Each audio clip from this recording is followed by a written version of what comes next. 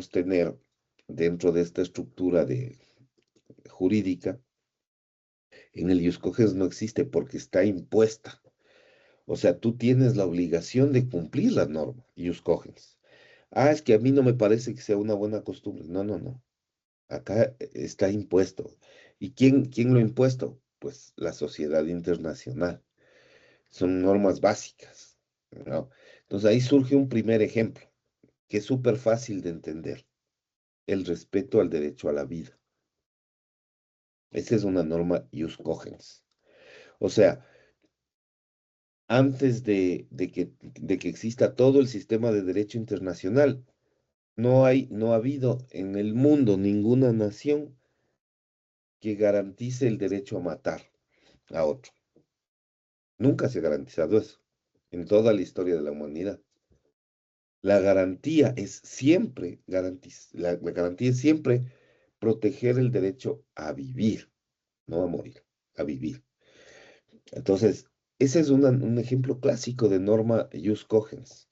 No es que tú tienes que respetar la vida de tus ciudadanos porque alguien te impone de fuera, sino porque es una norma de convivencia de los seres humanos, el respeto a la vida.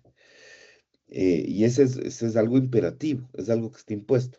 Si tú no lo respetas, como país me refiero, recuerden que los actores del derecho internacional son estados, si tú no respetas ese derecho, alguien tiene que hacerte respetar ese derecho. Y puede ser cualquiera de los demás países, ¿no? Tú necesitas tener esa garantía. Y claro, vamos a decir que las normas ius cogens, como son normas imperativas, es muy difícil que alguien no garantice eso en sus estados. O sea, es muy complicado que alguien no incluya en su normativa. Puede ser un país africano, asiático, americano, europeo, lo que sea, donde sea, puedes estar ubicado en cualquier lugar. Eh, yo no conozco y casi me atrevería a decirles que no existe una legislación en la que no se garantice ese derecho a vivir en la legislación interna de cada país. Eso me parece que no existe. O sea, todos los países enfocan en eso, porque es la esencia del país, ¿no? Los ciudadanos, el pueblo, la gente. Es imposible que alguien no te garantice ese derecho y no busque proteger ese derecho. Entonces, es una norma de derecho consuetudinario. La protección al derecho a vivir es consuetudinaria, pero es imperativa. Es algo que está impuesto. Pero no es que te imponen otros estados a la fuerza. No, no. Es una autoimposición de los países, ¿no? Es una autoimposición de los estados que tiene que proteger a sus ciudadanos, ¿no? Esta es una cosa que existe desde el principio de los tiempos. Nunca ha cambiado, nunca ha sido variable. No necesitas una declaración universal de los derechos humanos para saber que tienes que proteger esos derechos. Claro que existe porque hay países en los que ha habido lamentablemente ciertos excesos en cuanto al abuso sobre ese derecho. Claro, eso es algo a veces inapelable, pero todos esos países han sido condenados en su tiempo, ¿no? Condenados por, digamos, los que han cometido genocidios y este tipo de acciones, han sido condenados en su tiempo, ¿no? Entonces, o sea, vean ustedes para casos ejemplarizadores sobre eso. Está el caso de la Alemania nazi, ¿no? Digamos, sentenciada y, digamos, cuestionada por toda la humanidad, por los actos atroces de muerte a sus enemigos, ¿no? A sus enemigos de guerra. Pero han sido condenados, ¿no? Han sido condenados. Eso es indudable. ¿Por qué? Porque aunque no hubiese habido tratados de derechos humanos, aunque no hubiese habido normativa, es evidente que todos los países tienen que respetar ese derecho. Entonces, es clásico el ejemplo del derecho a la vida como una norma el respeto al derecho a la vida como una norma de ius cogens. Eso es totalmente clásico, ¿no? Y es totalmente entendible, no hay mayor cosa que objetar. Entonces, esa es la primera cuestión. Nos plantean ahí algunos de estos desgloses. Vamos a ver qué más dice el profesor Maldonado. Eh, Señorita de la Cruz, por favor, vamos al segundo párrafo. Ya. El ius cogens es otro resultado del multilateralismo expresado en el derecho internacional público contemporáneo, ya que a través de él se obliga a los estados a seguir ciertos comportamientos en el ámbito de las relaciones internacionales, debiendo cumplir normas que no les son potestativas, independientemente que las hayan reconocido como tales o no. Ok, ¿qué significa esta frase de que las normas de jus cogens no son potestativas? ¿Qué significa eso, señorita de la Cruz?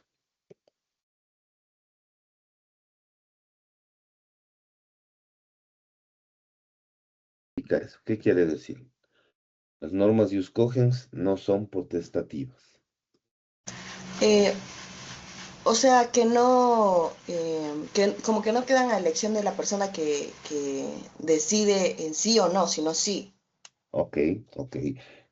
Solo que la única corrección que habría que hacer es, no están a libre arbitrio o no son voluntad propia del Estado, más que de la persona, porque recuerde que los actores de derecho internacional son esencialmente Estados. Entonces sí, tiene razón, tiene que ver con eso, con esta facultad discrecional de aplicar o no una norma. Bueno, estas normas no son discrecionales, no son potestativas, no son facultativas, son obligatorias, se hayan reconocido o no en ese estado, ¿no? Como digo, si no cumplen, tendrán que hacerse cumplir de alguna manera. Eso queda fuera de discusión. Ok, vamos a ver. Reyes ya lo hicimos. Señorita Robinson, por favor, el siguiente.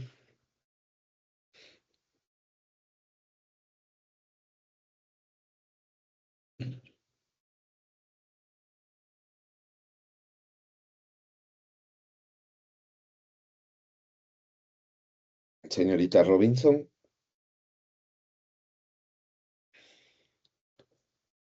Ya, un ratito.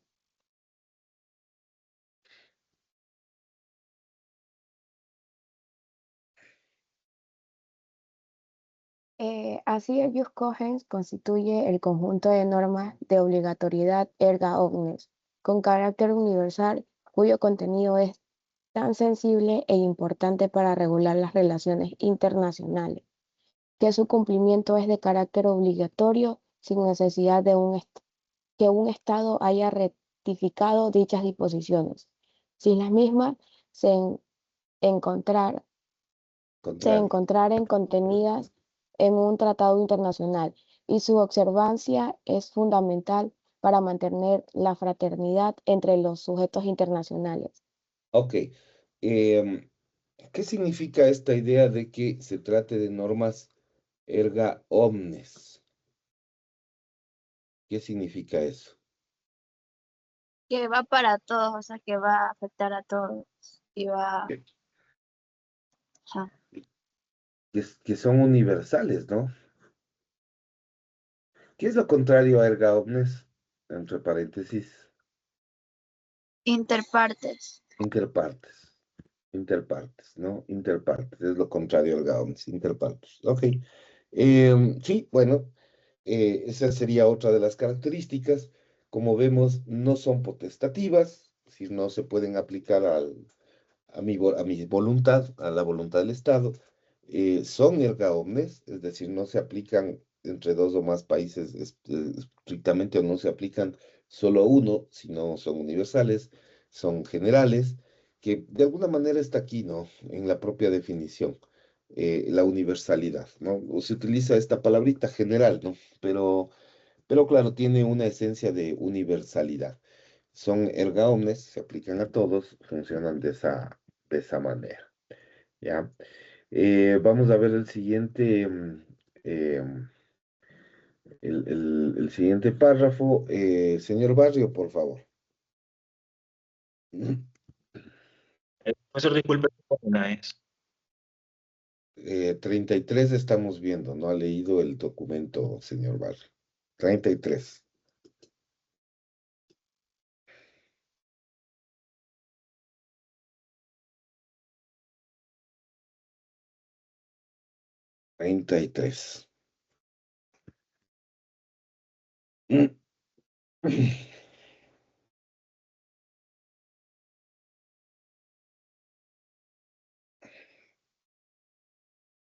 Una de las características esenciales del ius cogens es que no está codificado en un solo cuerpo normativo. De hecho, hecho que constituye, a juicio del autor, una de las mayores ventajas, toda vez que esta situación le dota de flexibilidad y hace que su enumeración sea números apertus, toda vez que reunirlo en un solo instrumento desvirtuaría su carácter evolutivo, reiterándose que no es necesaria su codificación para reconocerle su carácter vinculante.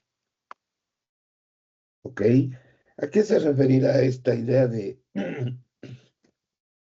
este concepto que nos plantea el profesor Maldonado, que nos dice es una normativa numerus apertus? ¿Qué quiere decir con eso? ¿Qué quiere decir numerus apertus? ¿A qué hace referencia eso?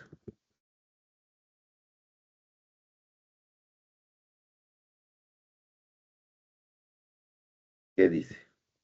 Eh, Tal vez que es un catálogo, no sé, un catálogo de principios o derechos, no sé, abierto y que permite que este mismo evolucione de acuerdo a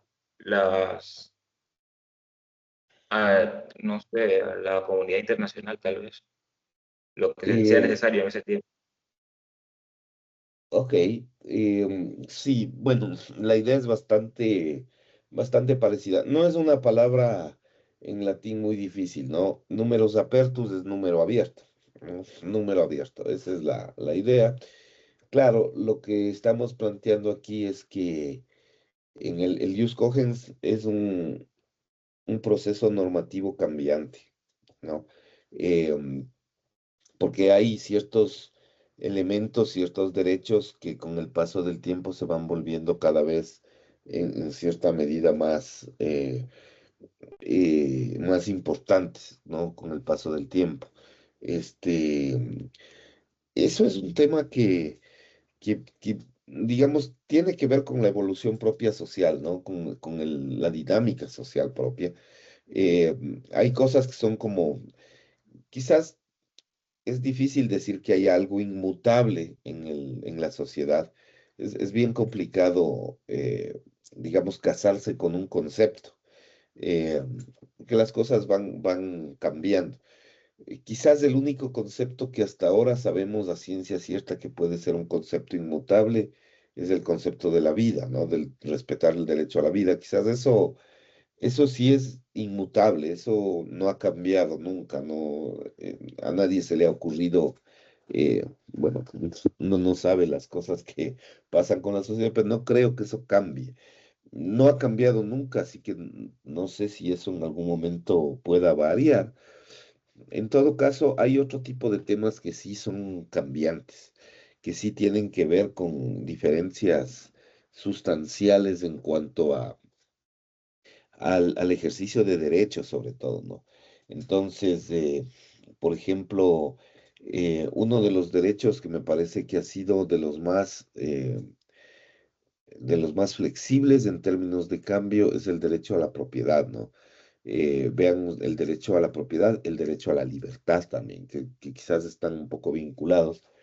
Vean que nosotros hasta bien entrado el siglo XIX, en la mayoría de países todavía teníamos esclavitud, ¿no? Entonces, la libertad no era un derecho, digamos, erga omnes. La libertad era un derecho reservado para cierto tipo de personas.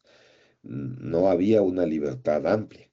Eso es una cosa que ha ido cambiando. Hoy en día la libertad es un derecho ius cogens, es una norma ius cogens. El respeto al derecho a la libertad es ius cogens.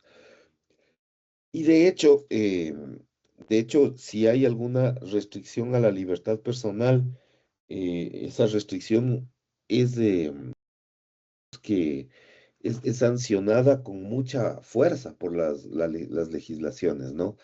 Em, pero claro, no siempre fue así porque hubo esclavitud. O sea, como digo, bien entrado el siglo XIX todavía había esclavitud. Entonces, no es algo de siempre, ¿no?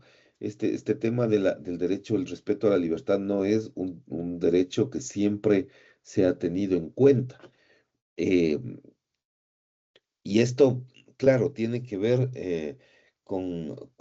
primero con el tema de la esclavitud y segundo con el tema del ejercicio del derecho de propiedad, ¿no? Porque esta idea de que haya habido esclavos hasta el, digamos, siglo XIX nos sugiere la idea de que habían personas que podían ser técnicamente y legalmente dueñas de otras personas, ¿no? De forma reconocida por el derecho y no por, y digamos, no por una o dos legislaciones, no de manera aislada, de manera erga omnes, ¿no? Eh, entonces, eso son cosas que han ido cambiando. Entonces, este numerus apertus nos indica que, de acuerdo a la dinámica social, a cómo se van presentando los acontecimientos en la historia universal, estas normas de aplicación imperativa pueden ir variando, ¿no? Pueden ir cambiando digamos, de un contenido a otro, ¿no? Esa es una esencia básica, ¿no? De cómo se ha planteado este tema, ¿no? Señorita Lozada, por favor, ¿podamos leer, por favor, la siguiente parte? Según el pastor Ridruejo, Rijue- Ridruejo, Ridruejo. según el pastor, sí, profe, sí escuché. Según el pastor Ridruejo, la institución del Ius Cogens es esencialmente abierta y dinámica, y de ahí que cabe también la práctica internacional, particularmente la convencional o por la vía de tratados, que atribuya de manera expresa carácter imperativo a otras normas generales del derecho internacional dentro del desarrollo progresivo de este. Ujú. Eso, ¿qué quiere decir eso? ¿Qué es lo que nos dice el profesor Ridruejo respecto a, digamos, esta idea de incorporar en otras fuentes del derecho ciertas normas que son originalmente jus cogens? ¿Qué es lo que nos está diciendo? O sea, es que hay ciertas normas que son necesarias ponerlas en un tratado para que otros estados no puedan alterarlas. Pero en este caso, el Ius Cogens no es una de ellas porque, como él lo dice, es dinámica y abierta. O sea, no se limita solo a una cantidad de principios de derechos, sino que va progresando con el tiempo. Ujú. Pero hay otra cosa también que nos está diciendo entre líneas, ¿no? Que es esta idea de que efectivamente eh, cabe dentro de las normas de cogens la convencionalidad, nos dice, ¿no? Que usa esta palabrita, la convencionalidad, que es básicamente la posibilidad de que a través de un instrumento internacional, que puede ser un tratado, convenio, acuerdo, pacto internacional, etcétera, como quiera llamarse, también se pueden acordar vía derecho de los tratados una normativa especial. Entonces yo les planteo el ejemplo que, digamos, surge a partir de la idea de Pastor Ridruejo, que es esta idea de que, por ejemplo, el derecho a la vida, ya les he hecho varias referencias a eso, el derecho a la vida o ahora el derecho a la libertad, que son dos de los derechos humanos más importantes o de los derechos humanos, de principios, las garantías fundamentales que tiene no solo el Ecuador, sino en realidad que se respetan en todo el mundo.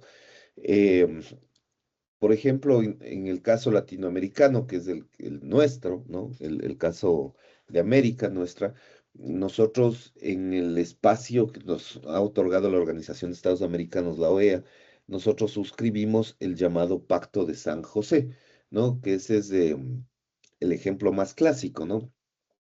Pacto de San José es básicamente la Declaración Interamericana de Derechos Humanos. Eh, esta declaración, o más dicho, no es una declaración, es una convención, esta Convención Interamericana de Derechos Humanos, lo que nos plantea esencialmente es, entre otras cosas, el respeto a ciertos derechos y garantías que considera fundamentales.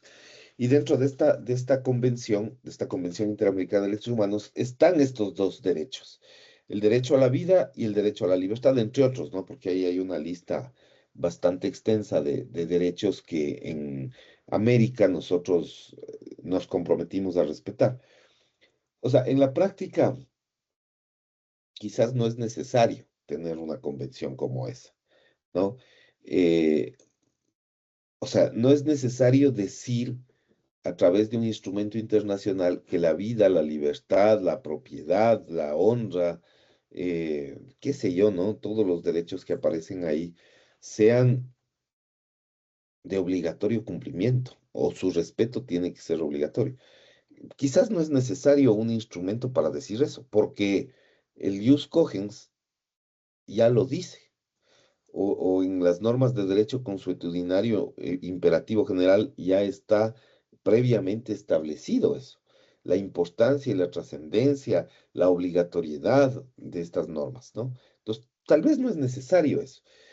Eh, ¿Por qué es necesario, sin embargo, que haya esta convencionalidad? Es decir, que aunque ya lo dice el derecho consuetudinario o imperativo general o jus cogens, o ya hace hincapié en esa importancia. ¿Por qué es necesario que nosotros firmemos o suscribamos un convenio sobre lo mismo, ¿no? Sería la pregunta básica. Es más un tema de procedimental, ¿no? Entonces, claro, las violaciones de derechos humanos, derecho a la vida, derecho a la libertad, etcétera, etcétera, son cuestiones que suceden en nuestras sociedades modernas, ¿no? Son situaciones que se presentan en la práctica.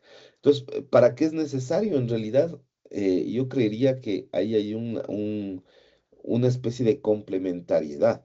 Necesitamos darle un trámite, necesitamos darle un procedimiento para reparar los daños causados en caso de que alguno de estos derechos sean vulnerados. Si se vulnera el derecho a la vida, a la libertad, a la propiedad, etcétera, etcétera, ¿cómo es que vamos a hacer para poder reparar esos derechos, ¿no? Eh, ¿Cómo vamos a hacer para que una persona cuyos derechos han sido vulnerados no ha recibido la atención debida por parte del Estado?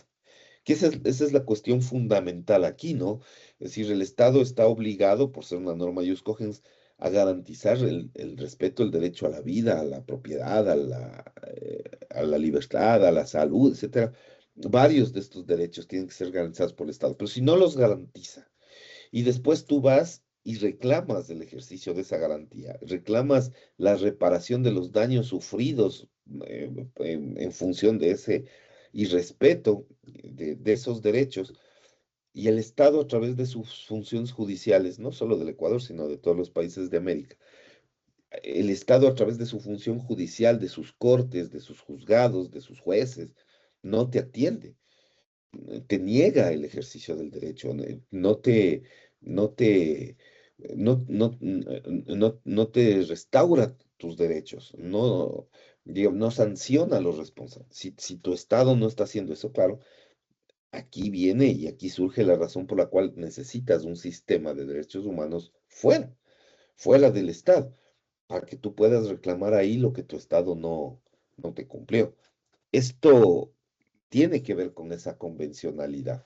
Y a esto se refiere Pastor Ridruejo en esta perspectiva de decirte que, claro, los derechos de cogens están ahí, las normas de cogens están ahí, pero a veces necesitas y a veces es importante que haya cierto nivel de convencionalidad, cierta complementariedad con esas normas. O sea, no es que porque tú le pones esta norma, ese ejercicio de los derechos, cambia en algo su naturaleza de ser un derecho consuetudinario imperativo. No cambia esa naturaleza, eso se va a mantener, pero claro, tú le llevas más a la práctica, ¿no? Le sacas de la abstracción y le haces el ejercicio de un derecho de una manera más concreta, a través de acciones judiciales tangibles que tú puedes iniciar en pro de reclamar el respeto al ejercicio de los derechos. Entonces, esa es, digamos que la idea que envuelve Pastor Ridruejo respecto a esta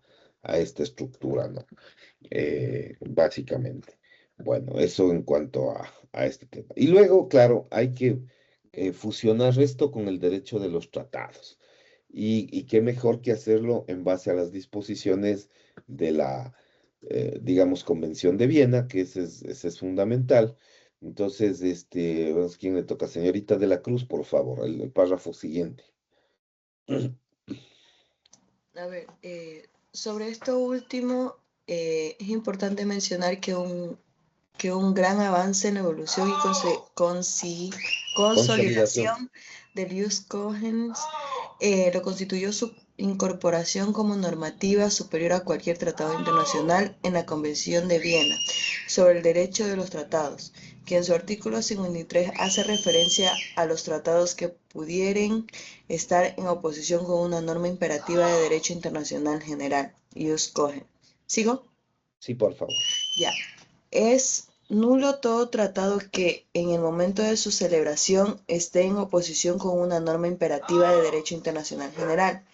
Para los efectos de la presente convención, una norma imperativa de derecho internacional general es una norma aceptada y reconocida por la comunidad internacional de estados en su conjunto como norma que no admite acuerdo en contrario y que solo puede ser modificada por una norma ulterior de derecho internacional general que tenga el mismo carácter.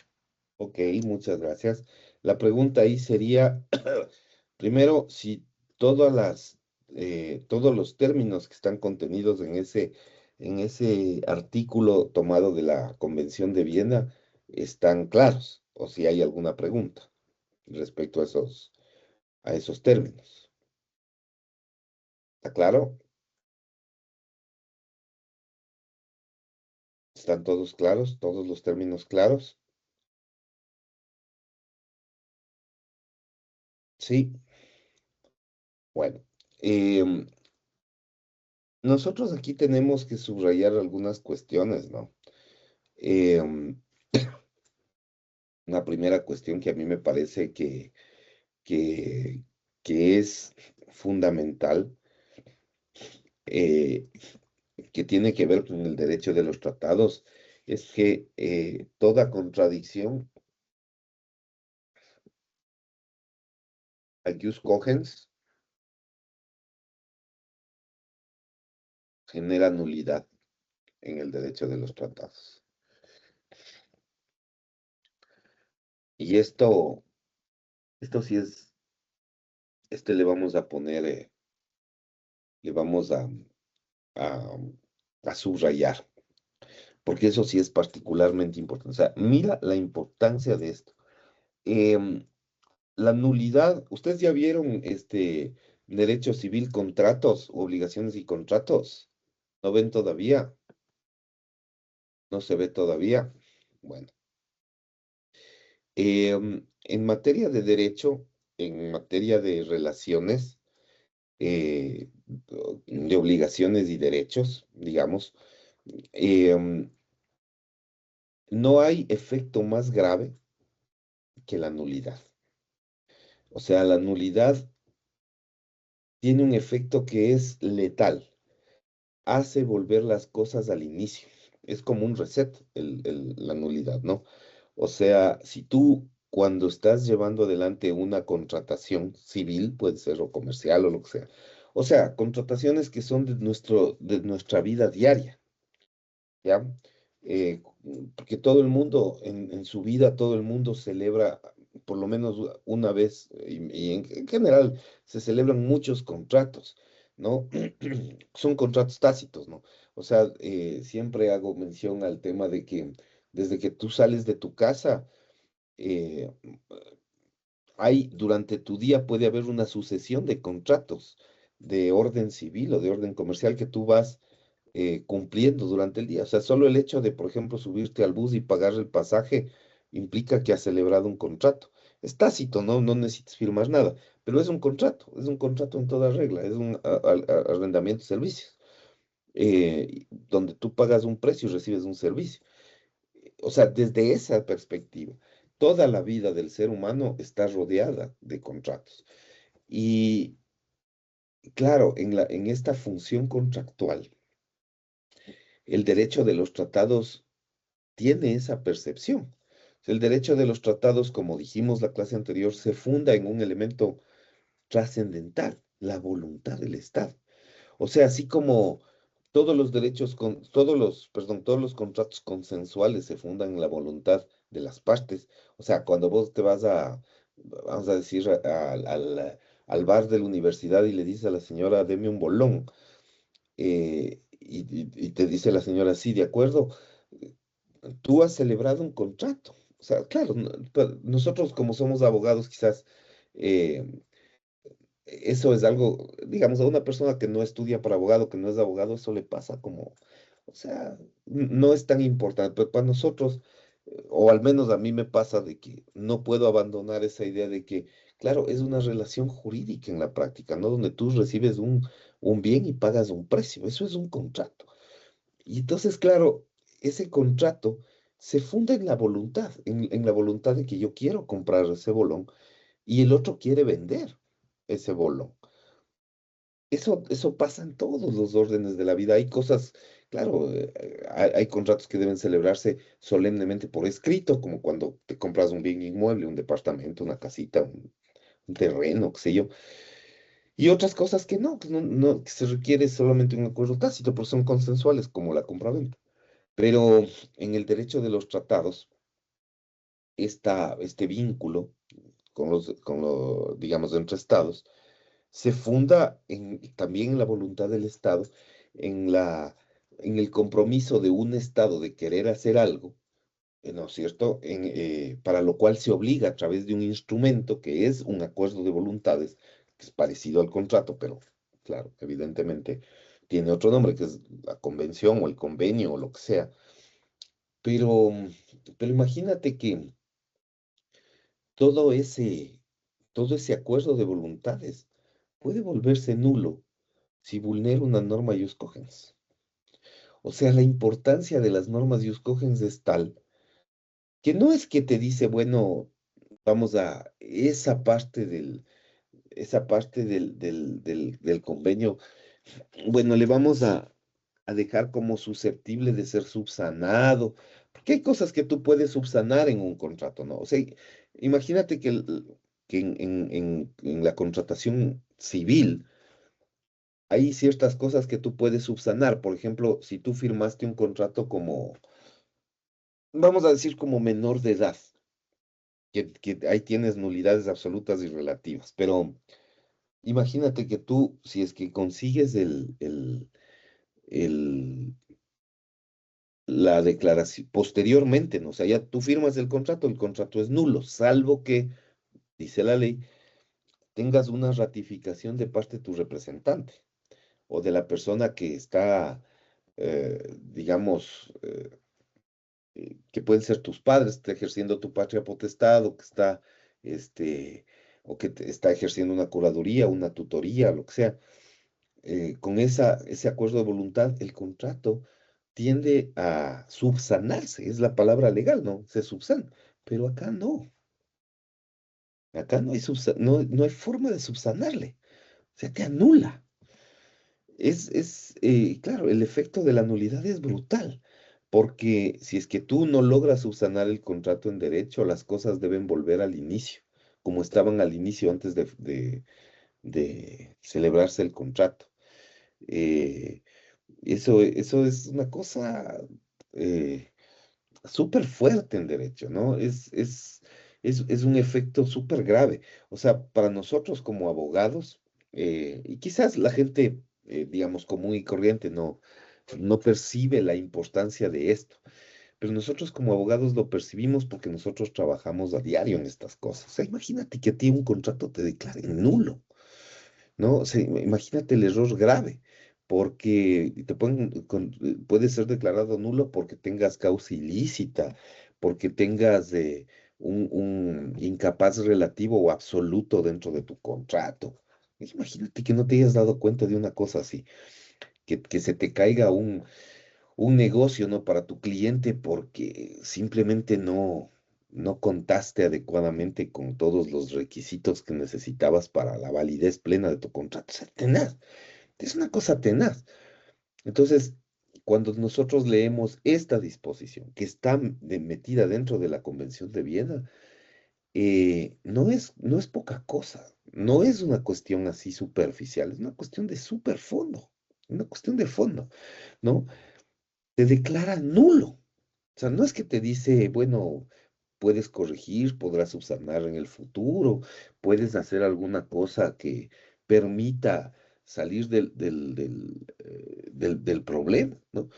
No, si está en oposición con una norma imperativa de derecho internacional, es nulo. Te castiga con lo más complejo, ¿no? Es una parte compleja.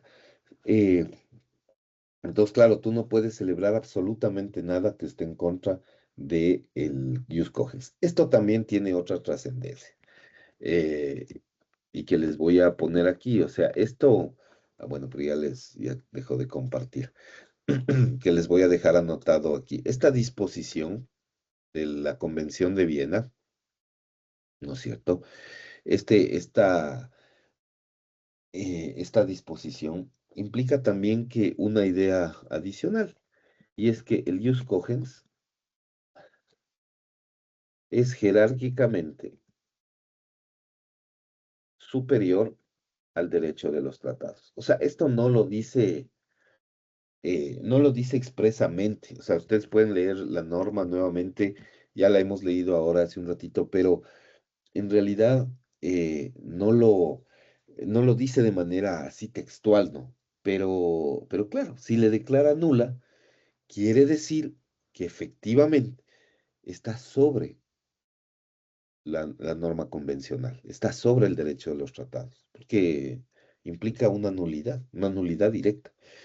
Entonces, digamos que ahí radica la importancia de esta estructura, ¿no?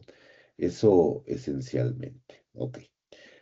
Vamos a ver la siguiente parte, que es complementaria a esto. Señorita Robinson, por favor, el siguiente párrafo.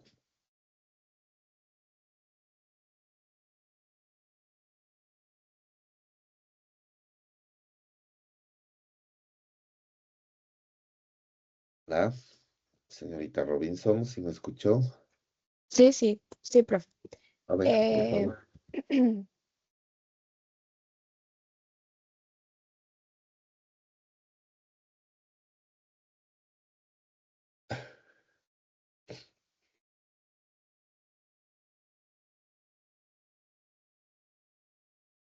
¿Puede leer? sí, un ratito, profesor. Ah, ahí está buscando. Ya, el principio anterior se completa con el artículo 64 de la misma convención. Si surge una nueva norma imperativa de derecho internacional general, todo tratado existe que oposición, que esté en oposición con conver- con esa norma se convertirá en nula y terminará. Ya, solamente que ahí La, es todo tratado existente, o sea, todo tratado que exista, todo tratado que esté vigente y que se ponga en oposición con una norma que recién ha aparecido es nulo. ¿Ya? Esa es la esencia. Entonces yo, ahí muchas gracias, señorita Robinson. Ahí yo lo que les diría es algo brutal, ¿no? Es algo brutal. O sea, y para que ustedes dimensionen la potencia de la fuente, de la norma. O sea, esto es definitivamente em, algo que va más allá del derecho como nosotros convencionalmente le conocemos, ¿no? En el derecho no hay retroactividad. Ustedes saben que la ley no es retroactiva. Ustedes han estudiado eso ya, varios semestres. La ley no es retroactiva. La ley nunca es retroactiva. La ley nunca regresa, ¿ya? O sea, esto quiere decir que, por ejemplo, si digamos que mañana al Estado ecuatoriano se le ocurre declarar que las transacciones con Bitcoin son ilícitas o ilegales. eh, Toda la gente que ha comprado Bitcoins antes de esa ley, no le puedes acusar de nada porque no era delito cuando compraron. Si compran después de la ley, entonces ahí sí será delito, pero todo lo que compraste antes no fue delito. O sea, no te pueden seguir un proceso porque la norma no es retroactiva. Esa es la teoría general del derecho. Pero fíjate lo que pasa aquí en el Jus Cogens, ¿no? Tú tienes tu instrumento, tú tienes tu convenio suscrito con uno o más países, de carácter bilateral, multilateral, sea, y resulta que si viene una norma jus cogens ulterior, o sea, posterior a lo que firmaste, inmediatamente ese tratado que existe y que esté en oposición con esa norma se hace nulo. O sea, en el jus cogens es tan poderosa vamos a decir, el imperio de la norma es tan poderoso que puede ser retroactivo. Puede ser retroactivo. O sea, llega hasta esa... eh, voy a ponerles aquí para que lo vean. Ya les voy a compartir.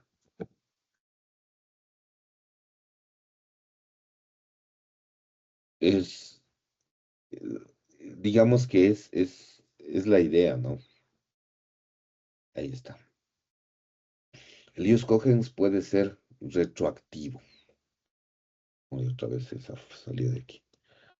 El ius cogens sí puede ser retroactivo. Puede ser retroactivo por eh, digamos, el nivel jerárquico que tiene es fundamental. Entonces, no puede, de ninguna manera, se puede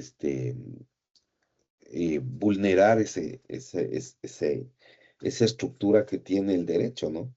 Eh, entonces, ahí a nosotros le vemos digamos que de cuerpo entero. ¿Qué es el ius cogens? ¿Qué significa? ¿Qué fuerza tiene?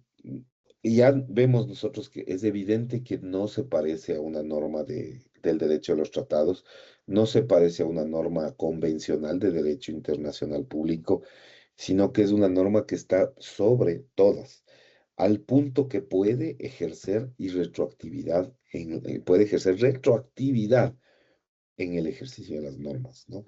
Entonces, esta es una cuestión que nosotros nos planteamos, ¿no? De manera directa y de manera clave, ¿no? Cómo va a funcionar en el ámbito internacional. Luego, ya para ver algunas de las cosas finales, vamos señorita Padilla, vamos a darle lectura al siguiente párrafo, por favor, ya para ir concluyendo este tema del IUSCO.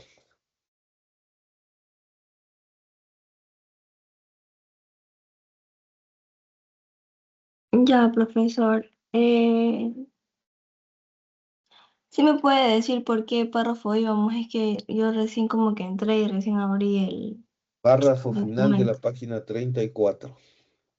Relacionado con lo ¿O cuál es? citado, existen normas que siempre se han de considerar como ius cogens y su obligación de cumplimiento no queda a discreción de los estados o de cualquier otro sujeto de derecho internacional público. Así, unánime- Unánimemente. unánimemente, Unánimemente. son considerados como normas imperativas de ius cogens. Los propósitos y principios de la Carta de las Naciones Unidas, contemplados en los artículos 1 y 2, o el contenido íntegro de la Declaración Universal de los Derechos Humanos. Texto que, si bien por su naturaleza no es obligatorio, sí lo es por su contenido, en virtud de recoger normas de ius cogens. Ok, gracias. Aquí sí se vuelve una cosa. ¿Usted sabía que la Declaración Internacional de Derechos Humanos no es obligatoria? ¿Sabían eso? ¿Qué dice? Sí, profe, se nota, ¿Ah? se nota. Pero, porque hay bastantes países que no cumplen con los derechos humanos. pero ojo, no, que no estamos hablando de, o sea, yo entiendo la trascendencia de lo que casi puede ser una broma esa, ¿no? De que sí, efectivamente hay algún nivel de incumplimiento, pero no, yo le estoy hablando en serio, o sea, en términos dogmáticos. Por eso venía mi pregunta, y claro, tiene razón usted, hay países que no cumplen en realidad casi nada de los temas de derechos humanos, es verdad eso, pero la pregunta de fondo es en lo que nos atañe a nosotros, en cuanto al cumplimiento de la ley, en cuanto al cumplimiento de la norma jurídica. La pregunta era plantearles si sabían que efectivamente esa declaración no es obligatoria, o sea, su trascendencia no es obligatoria, su ejercicio no es obligatorio. ¿Sabían eso? ¿No sabían? ¿Alguien sabía? ¿Cómo se llaman estas normas que son instrumentos de derecho internacional y no son obligatorios? ¿Alguien sabe? ¿Les han hablado de eso algún rato? ¿En alguna otra materia? No, nunca. Veamos, ojalá si esto, que no quiere, hace rato está rebelde este programa y no quiere compartir. Veamos, ojalá si me quiera compartir ahora. A ver, hay dos instrumentos internacionales. Esto les pongo medio entre paréntesis porque me salgo un rato del tema Ius Cogens y solo para explicarles esto. Hay dos tipos de normas en derecho internacional. Esto, yo he visto que en derecho local están haciendo más o menos lo mismo y están explicando con los mismos términos. Hay dos tipos de normas, ¿ya? Las unas se llaman soft law o derecho blando y hard law, derecho duro, ¿ya? Nacional, el mejor ejemplo de esto son las declaraciones.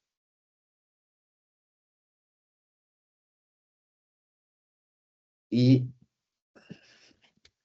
el mejor ejemplo son las convenciones en derecho internacional.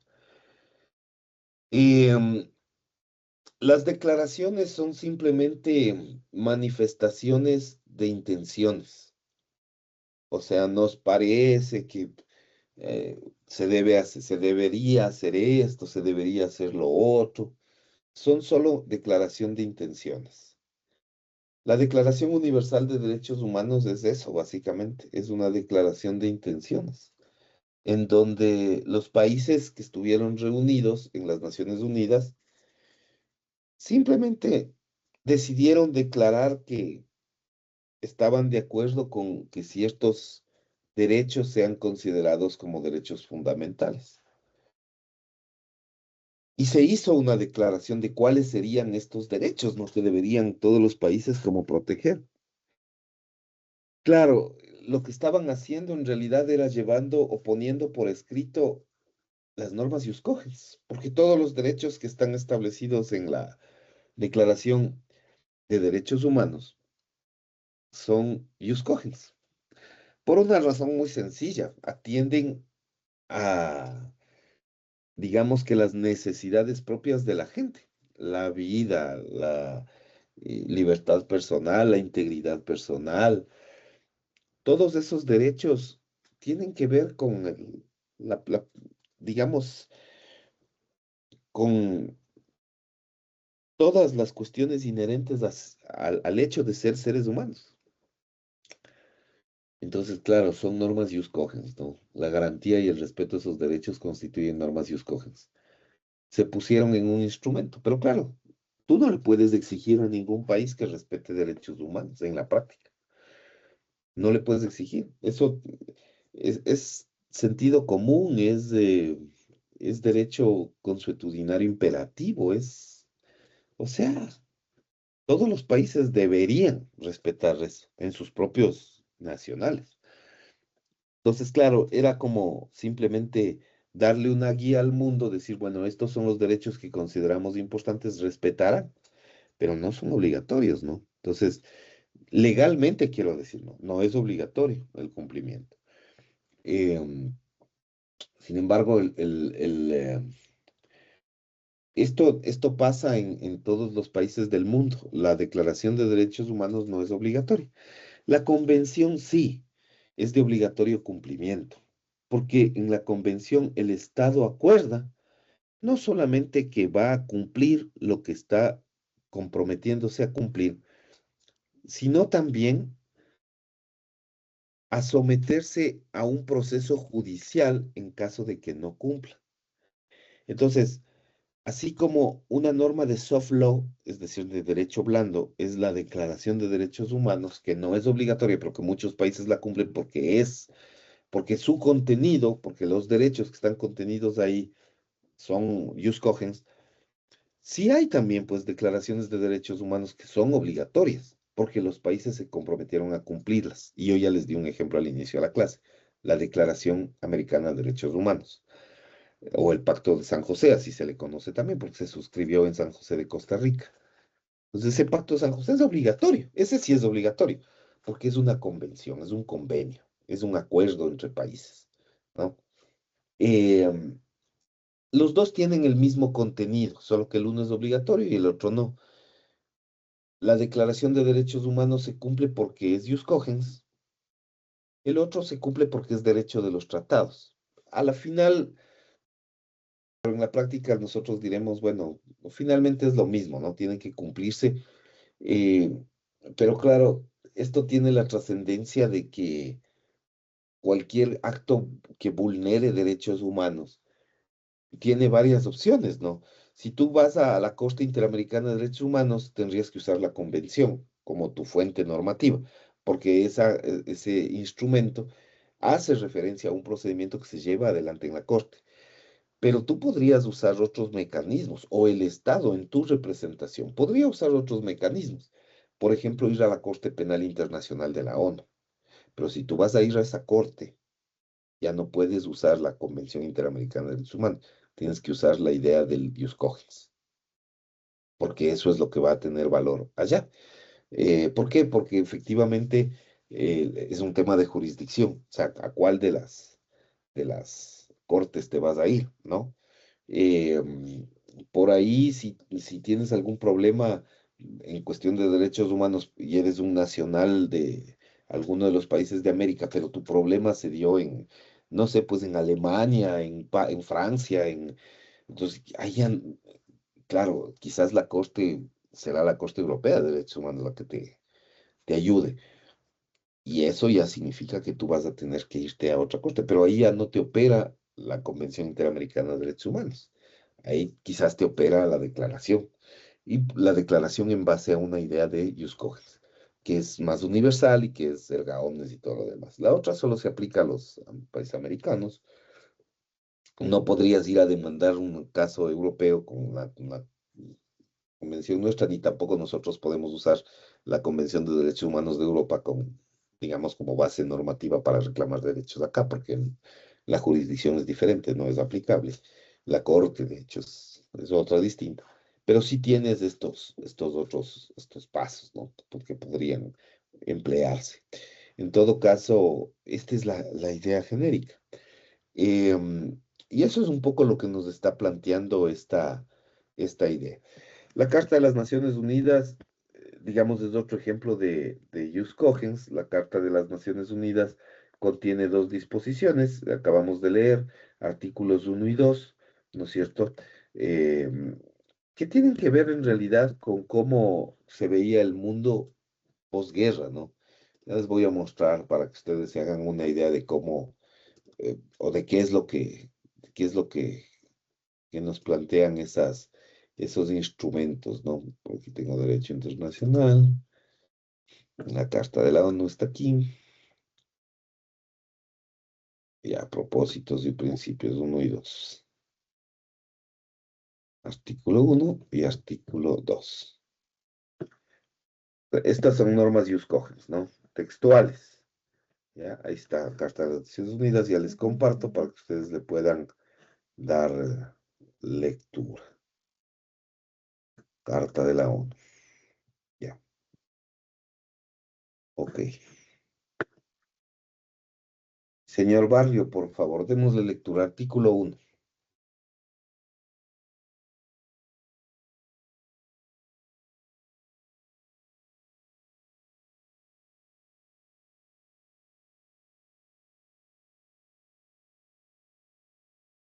A ver, los propósitos de las Naciones Unidas son, 1, mantener la paz y la seguridad internacional con el fin, y con tal fin, tomar medidas colectivas eficaces para prevenir y eliminar amenazas a la paz, para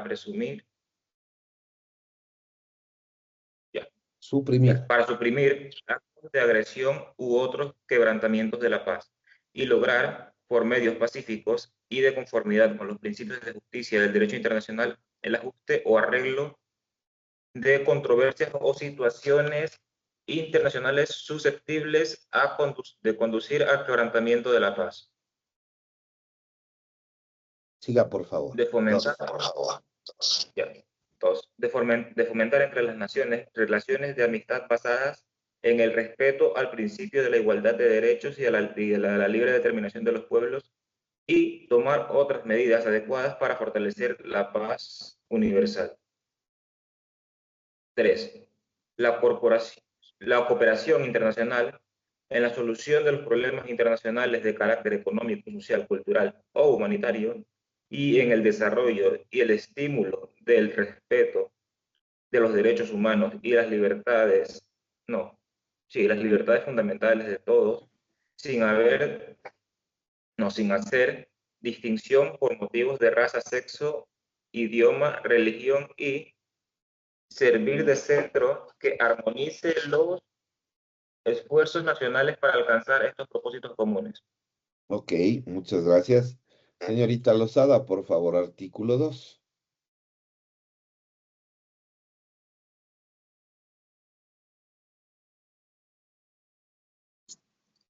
Para la realización de los propósitos consignados en el artículo 1, la organización de sus miembros concederán de acuerdo con los siguientes principios. Procederán. Primero, el 1. La organización está basada en el principio de igualdad soberana de todos los miembros. 2. Los miembros de la organización, a fin de asegurarse los derechos y los beneficios inherentes a su condición de tales, cumplirán de buena fe las obligaciones contraídas por ellos de conformidad con esta carta. 3.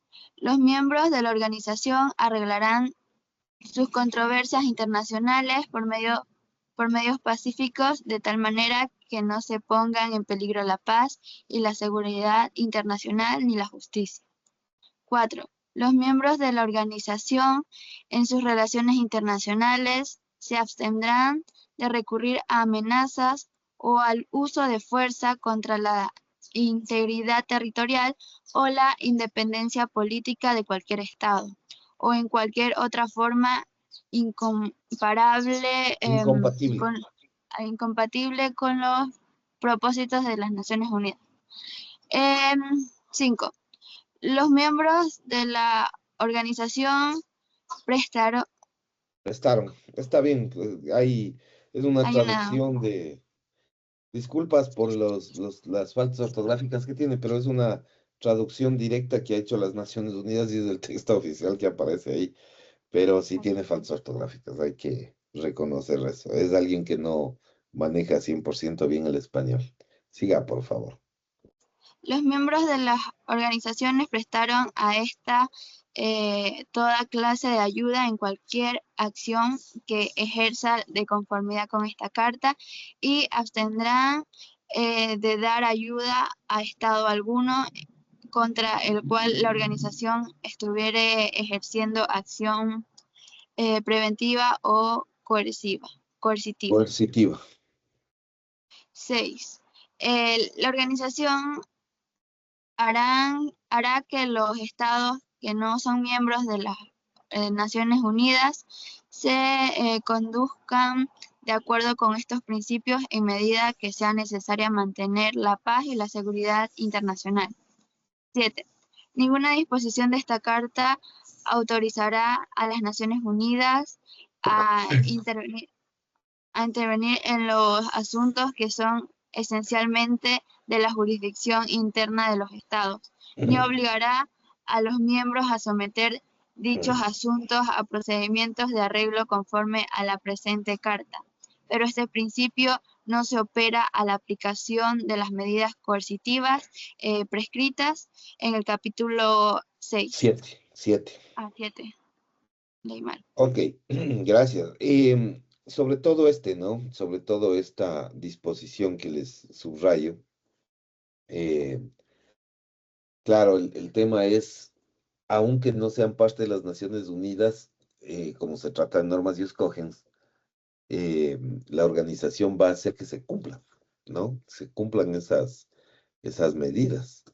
Entonces, es interesante, ¿no? Ver esto. Entonces, a veces nosotros vemos en las noticias intervenciones de ciertos países que son, digamos, avaladas por las Naciones Unidas, aunque no son países firmantes de los convenios, digamos, bajo esta mirada de aplicar una parte de los derechos ius cogens, ¿no? Eso podría tener cierto nivel de crítica, ¿no?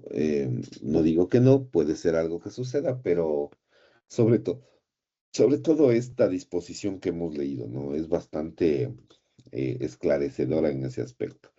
Así es que bueno, esa es la idea central, ¿no? De lo que hemos tratado. Ok, preguntas, por favor.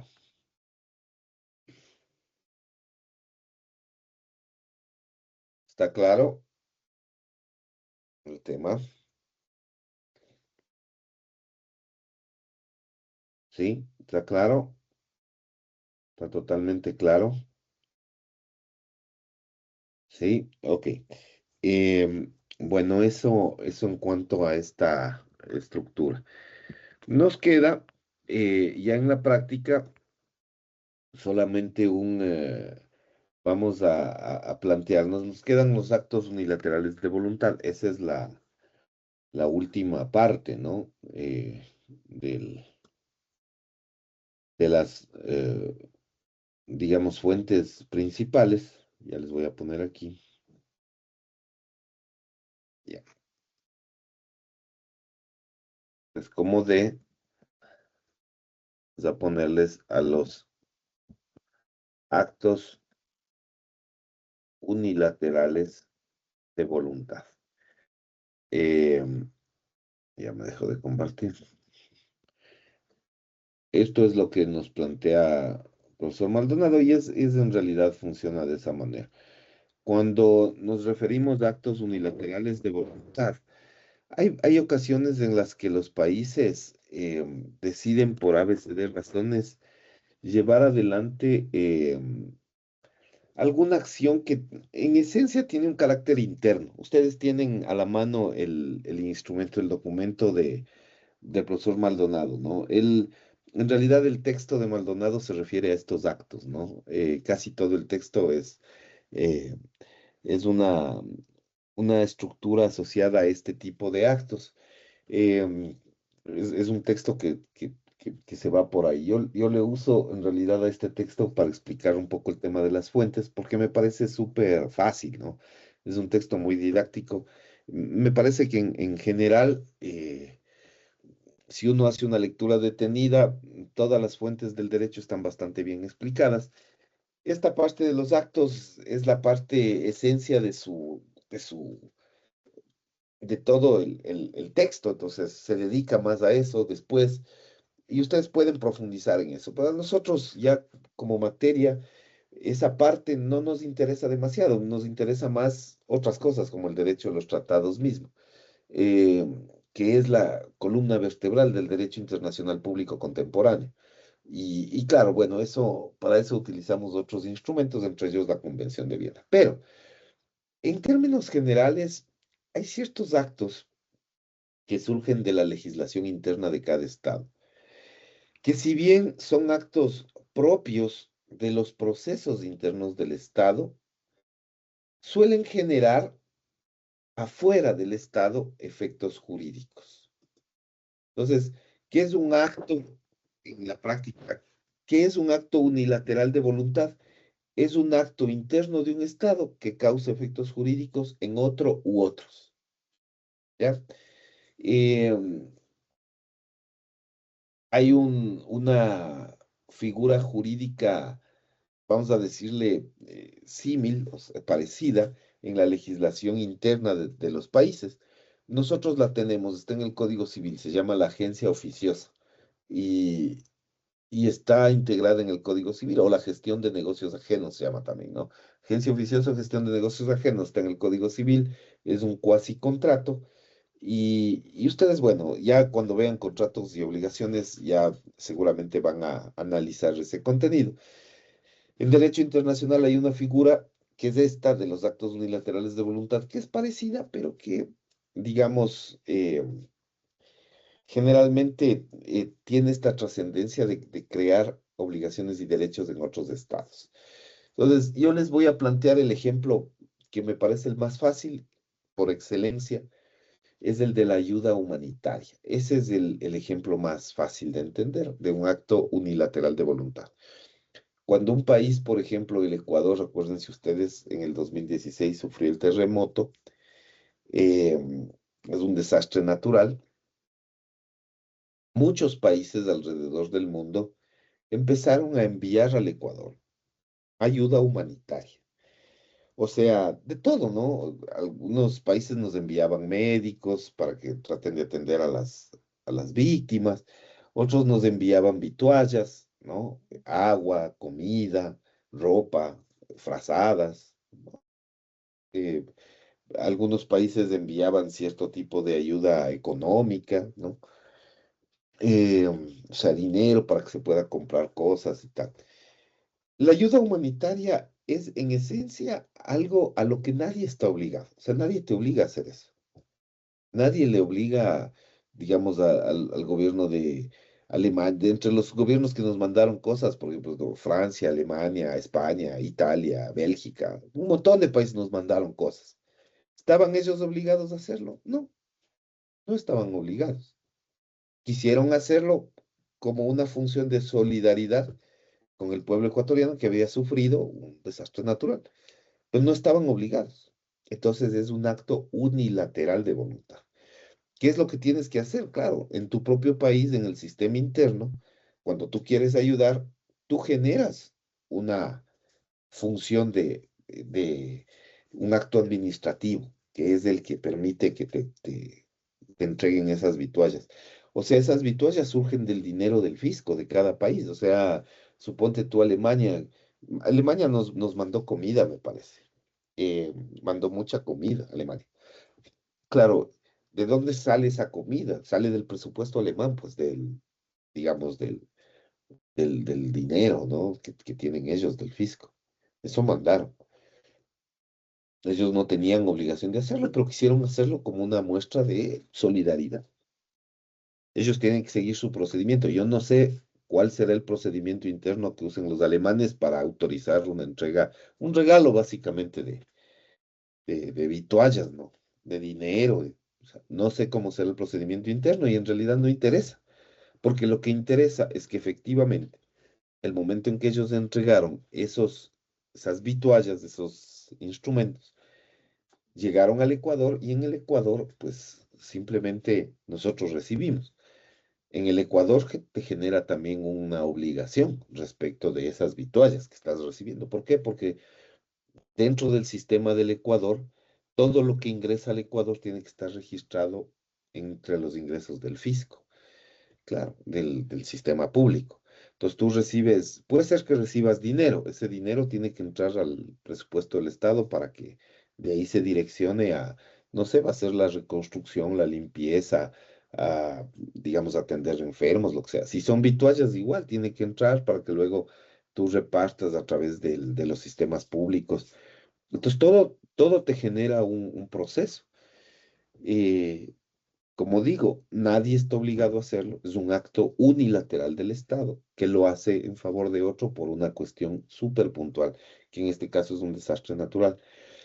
Ese es, digamos que el ejemplo así como más fácil de entender por dónde va el tema de esto, ¿no? Y esto genera derechos y obligaciones, ¿no? Esto sí te genera un acuerdo, ¿no? Porque claro, no ha pasado, ¿no? Pero podría decir teóricamente, no, no, yo no acepto, ¿no?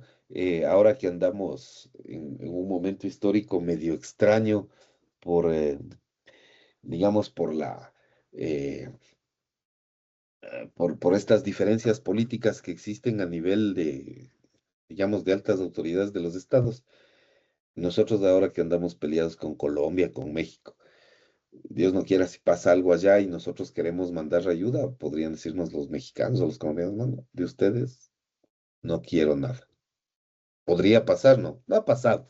No, nunca ha pasado. Pero podría, sí podría, porque es un acto unilateral de voluntad y el otro estado puede decir, "No, de ti no quiero saber nada, no quiero recibir ayuda de ninguna clase, ¿no?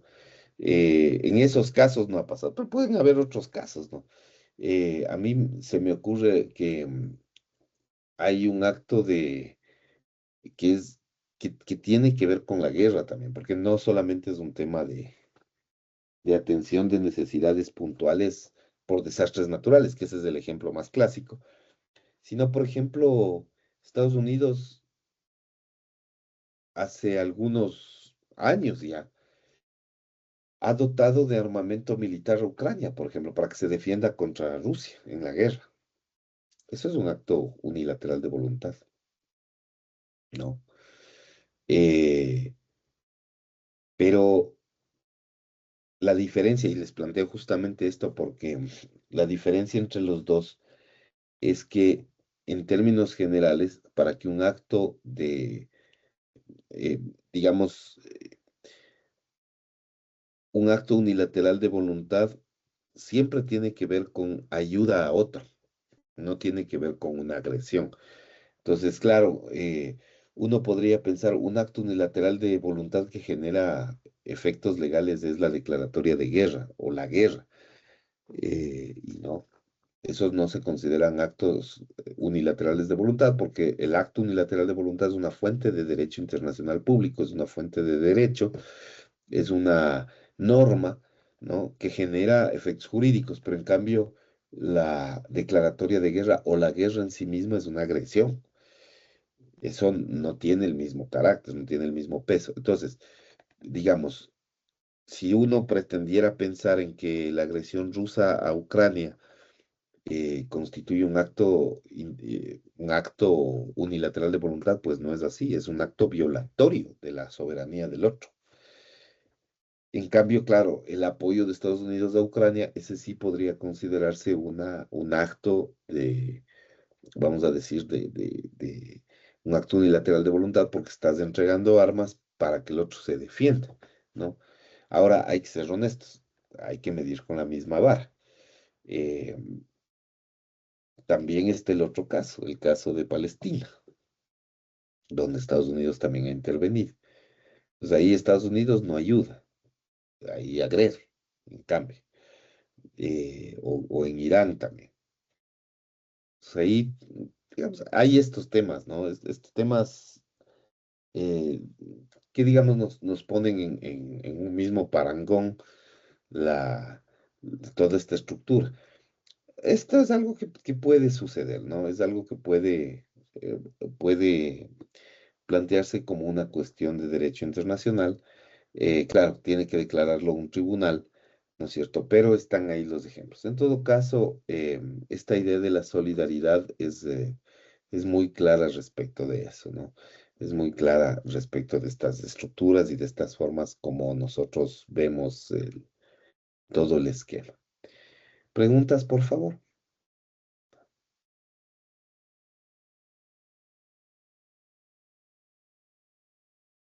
¿Está claro?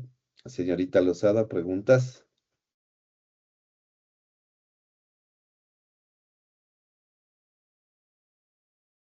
¿No? Ok, señorita No, Robinson. profesor. Ok, gracias. Señorita Robinson, ¿preguntas? No, profesor.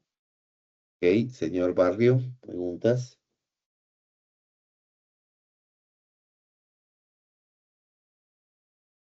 Ninguna, profesor. Ok, señorita Padilla, ¿preguntas? No, profesor. Ok, señorita de la Cruz, ¿preguntas?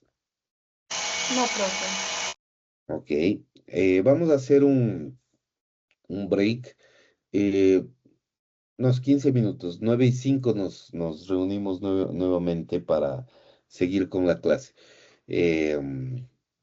Entonces, entre tanto, bueno, ahí pueden ir a tomarse un cafecito. Ya nos vemos en 15 minutos.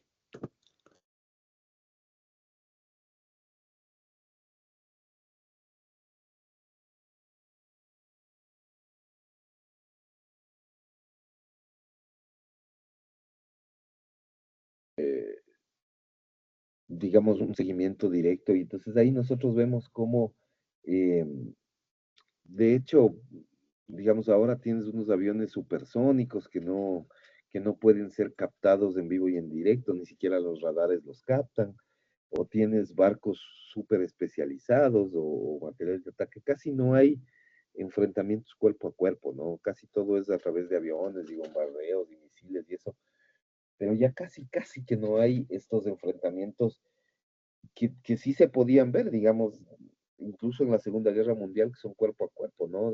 Con disparos o con, digamos, personas en un lugar determinado, en una superficie, un ataque terrestre, digamos, eso ya casi que no, yo casi les diría que ya es muy raro ver eso, ¿no? Ya casi no existe. Más ese tipo de cosas suceden en la persecución de delitos al interior de los países, ¿no? Persecución a bandas delictivas, ese tipo de cosas. Tal vez ahí sucede un poco más, con más frecuencia, pero ya entre países y en cuanto se refiere al derecho internacional, es cada vez más difícil porque todo se ha tecnificado. Entonces, claro, tú no puedes como juzgar con la misma vara los dos elementos. No se puede juzgar de ninguna manera ni hacia atrás ni hacia adelante, ¿no? Eso es una cuestión que va a pasar, ¿no? Entonces, sí se trata de una fuente que es autónoma, ¿no? Eh, que es interpretable, que es flexible y que adapta la norma jurídica a las necesidades sociales que van evolucionando y que tiene que ser así porque en realidad la presión social es creciente. Eh, entonces, bueno, hemos dicho que su obligatoriedad no trasciende sino a las partes que forman, digamos, el curso del juicio y, digamos, sí pueden ser como elementos que ayudan eh, que ayudan, digamos, a resolver algún juicio, ¿no? A servir como base, a emplear ciertos elementos eh, paralelos, ¿no? Esto es básicamente la idea de la jurisprudencia. No sé si tienen alguna inquietud, alguna pregunta, pero está más o menos en esa línea, ¿no? La jurisprudencia es complementaria, se puede usar como base para citar como fundamento de una sentencia judicial nueva en un caso nuevo, pero no es obligatorio, o sea, no es que los jueces tienen que obligadamente citar, de hecho es muy útil, de hecho se utiliza, pero no es obligatorio porque no es erga omnes, ¿no? No es generalmente obligatorio. Eso es algo que va a suceder. Ok, bueno. Y luego nos vamos a los principios generales del derecho.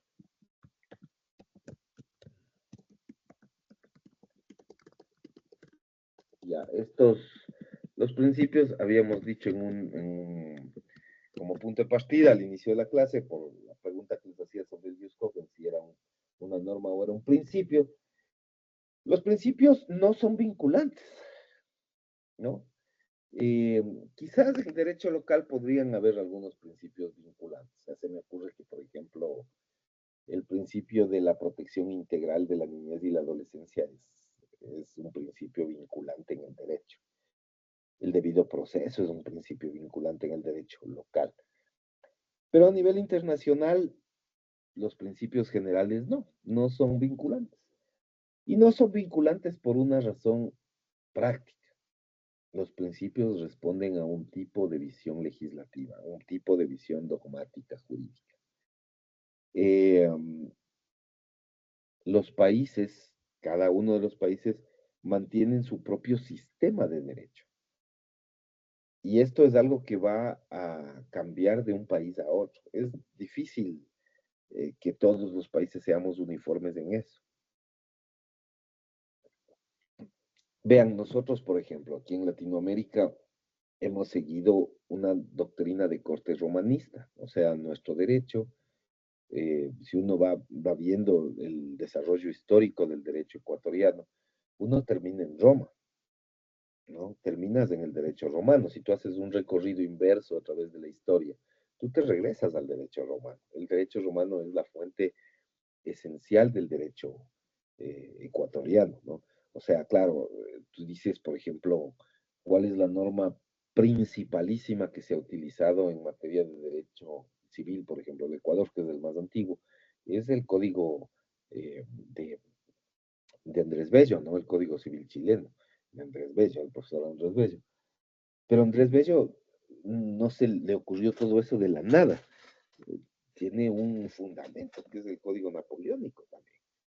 Y en el Código Napoleónico, los que trabajaron en ese código, no es que tampoco se les ocurrió así como así, vino del derecho romano. Y el derecho romano también tiene sus fuentes anteriores que están arraigadas por ahí en Babilonia, por ahí en Grecia, ¿no? Entonces,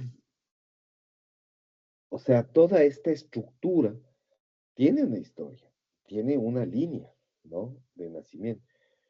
Los principios que nosotros hemos ido configurando son principios que se han ido desarrollando de manera directa. Vean, por ejemplo, ¿ustedes ya vieron derecho administrativo? Por si acaso. ¿Si vieron derecho administrativo? Sí, no. Sí, profesor. Sí, ya. Vean, por ejemplo, esto. ¿Cuál es la diferencia entre la responsabilidad objetiva y subjetiva?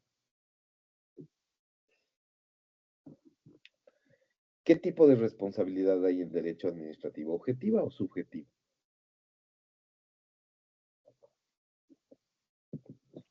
Objetiva. Objetiva. ¿Cuál es la diferencia? ¿Qué es responsabilidad subjetiva y qué es responsabilidad objetiva?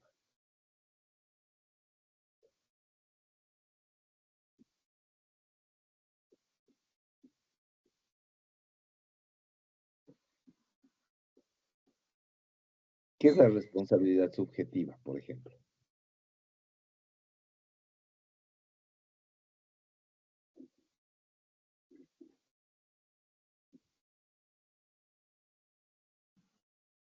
Nada, no se acuerdan.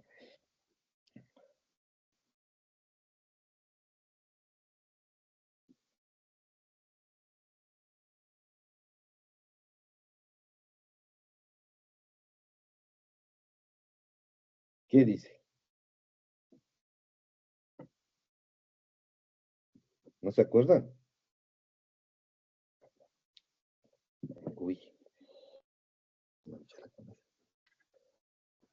No, señor Barrio, ¿qué dice? ¿No se acuerda? ¿Qué es la responsabilidad subjetiva?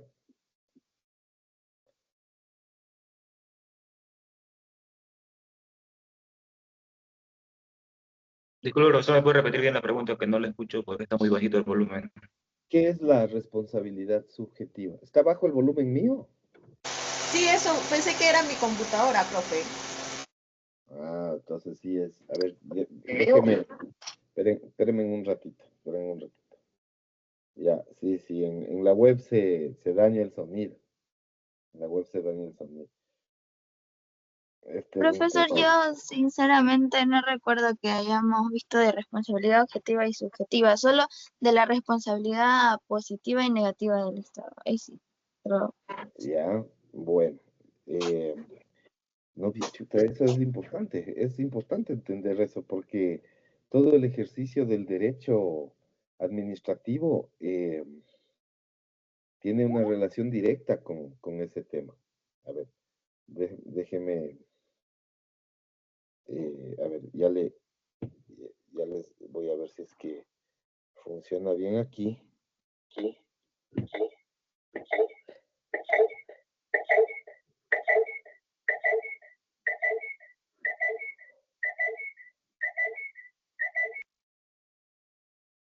Ok, ahí qué tal me escuchan. Ahí sí, profe. Y se escucha ya. Claro, no me acordaba que esto es algo que tengo que hacer cuando me conecto por la web, tengo que conectar el teléfono, ahí sí se escucha mejor. Bueno, es bien importante la responsabilidad objetiva y subjetiva. Verá, les explico, solo por este tema de asociarle el tema de los principios, ¿no? Em, la responsabilidad, bueno, el derecho en general hace referencia a una estructura entre objeto y sujeto. Todo el derecho está armado así. El derecho regula relaciones entre sujetos, a veces entre ellos y a veces en las relaciones entre los sujetos y los objetos. Pues la responsabilidad tiene que ver con eso. La responsabilidad en el derecho es una, vamos a decir, una consecuencia de una acción humana. La responsabilidad es una consecuencia que puede ser positiva o puede ser negativa en relación a una acción humana. Entonces, en la estructura general del derecho, en general el derecho, tradicionalmente el derecho del Ecuador ha sido un derecho que descansa sobre la responsabilidad subjetiva. ¿Qué significa responsabilidad subjetiva? Que hace referencia al sujeto. Tiene que ver con una cualidad del sujeto, de la persona, vamos a decir. Entonces, en la responsabilidad subjetiva tiene que ver mucho la intención. La intención cuenta para determinar la responsabilidad. La intención. En materia penal es súper claro. En materia de derecho penal es súper claro, porque la responsabilidad penal es subjetiva siempre. O sea, descansa en la intención, ¿no? Yo cuando creo que ya me dijeron que no tuvimos introducción al derecho con ustedes, los fundamentos del derecho, pero cuando hablamos ahí, yo siempre les planteo que hay estas palabras que aparecen en el Código Civil, que siempre se ven en introducción al derecho, o en fundamentos del derecho, que tienen que ver con la intención de la gente, o sea, de la persona, del sujeto. Hay dos tipos de intenciones, ¿no? La una es la buena fe y la otra es la mala fe, ¿no? La buena fe tiene que ver con tu intención. Tú, cuando actúas de buena fe, tú no tienes intención de causar daño a nadie. Actúas de buena fe. Entonces, normalmente cuando tú actúas de buena fe, en general, salvo que tú quieras producir un efecto jurídico, no vas a tener ningún tipo de consecuencia de índole jurídica. Ejemplo, yo puedo querer comprar un sándwich en la cafetería, que es el ejemplo que les puse la hora anterior. Yo me voy y compro y actúo de buena fe, porque yo lo que quiero es comprarme el sándwich y pagar el dinero y me voy y me como mi sándwichito. Y el que vende, pues quiso vender y con eso se sostiene a él, a su familia. O sea, no hay lío.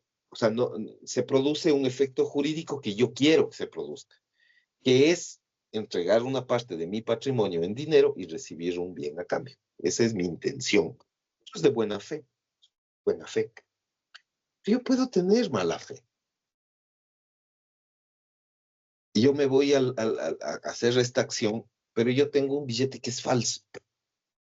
Y yo sé que es falso. ¿Entiendes? Y yo quiero entregarle ese billete falso para que pase, esperanzado en que no se dé cuenta. Entonces yo tengo mala fe. Estoy usando mala fe. Yo tengo intención de causarle daño. Estoy con una intención de aprovecharme de una cuestión que la otra parte desconoce. Es que yo tengo un billete que no tiene valor legal, porque es falsificado. Pues yo voy con la intención de causarle daño. ¿Me explico? Entonces, si no se da cuenta, le causo daño, porque ese billete va a rebotar en algún momento. Alguien va a negar o le va a recibir, y de hecho ya nadie le va a recibir. Llega un momento en que ya no le van a recibir.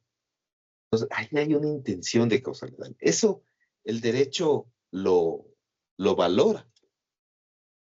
Y el derecho en la práctica sanciona diferenciadamente las acciones que se hacen de buena fe y las acciones que se hacen de mala fe, ¿no? Entonces, claro, yo les he contado qué pasa cuando hay mala fe, pero también puede pasar lo otro, ¿no? Que yo le doy un billete falso, pero yo no le doy de mala fe. De hecho, yo estaba convencido que era un billete verdadero. Yo le di de buena fe. Yo no tenía la intención de causarle daño, pero le doy de buena fe. Pero le causo daño igual. Entonces el derecho va a juzgar eso. ¿Cómo se llama eso en derecho? Bueno, se llama dolo y culpa.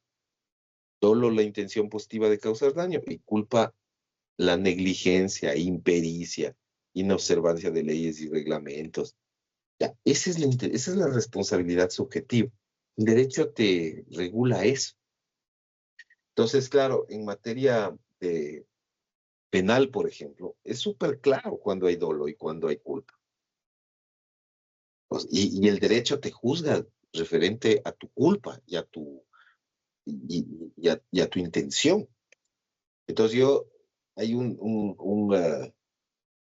hay un ejemplo que yo les ponía a los compañeros de Fundamentos del Derecho siempre, les decía, ahí en el patio de la universidad, ¿no es cierto? Ahí en el campus central, ustedes ven que frente a la cancha que hay, pues están ahí varios pisos, ¿no? Hay 3 pisos de aulas. Entonces yo decía, suponte que deciden poner ahí unas macetas. Ah, acomodan bien ahí para que se vean unas macetas y, y adornen, ¿no? el lugar. Entonces yo veo que alguien viene y que me cae mal y yo empujo la maceta para ver si le cae en la cabeza. Eso es intención de causar daño. Eso es dolo. Ahora, suponte que yo más bien lo que estoy haciendo es estoy jugando, ¿no? Estamos ahí riéndonos con él, nos estamos empujando y por ahí topamos la maceta y se cae. Y justo, penosamente, ha estado pasando alguien y le cae y le causa daño. Eso es negligencia. El derecho penal juzga eso, ¿no? Una cosa es que a ti te apunten con un revólver para quitarte las cosas, eso es dolo. Te apuntan con un revólver, te disparan, eso es dolo. Es la intención de causar daño. Otra cosa es que tú por ahí estás limpiando un arma porque practicas tiro, qué sé yo, y no te das cuenta que ha estado cargada y salta un tiro y le pega a alguien. Eso es negligencia. Y la ley te juzga. O sea, si es dolo, te juzga más, con más fuerza, ¿no? Te da una pena privativa de libertad más alta. Si es eh, culpa, si es culposo, si es negligencia, impericia, inobservancia de leyes, reglamentos, etc. No hay diferencia. Esa es la responsabilidad subjetiva.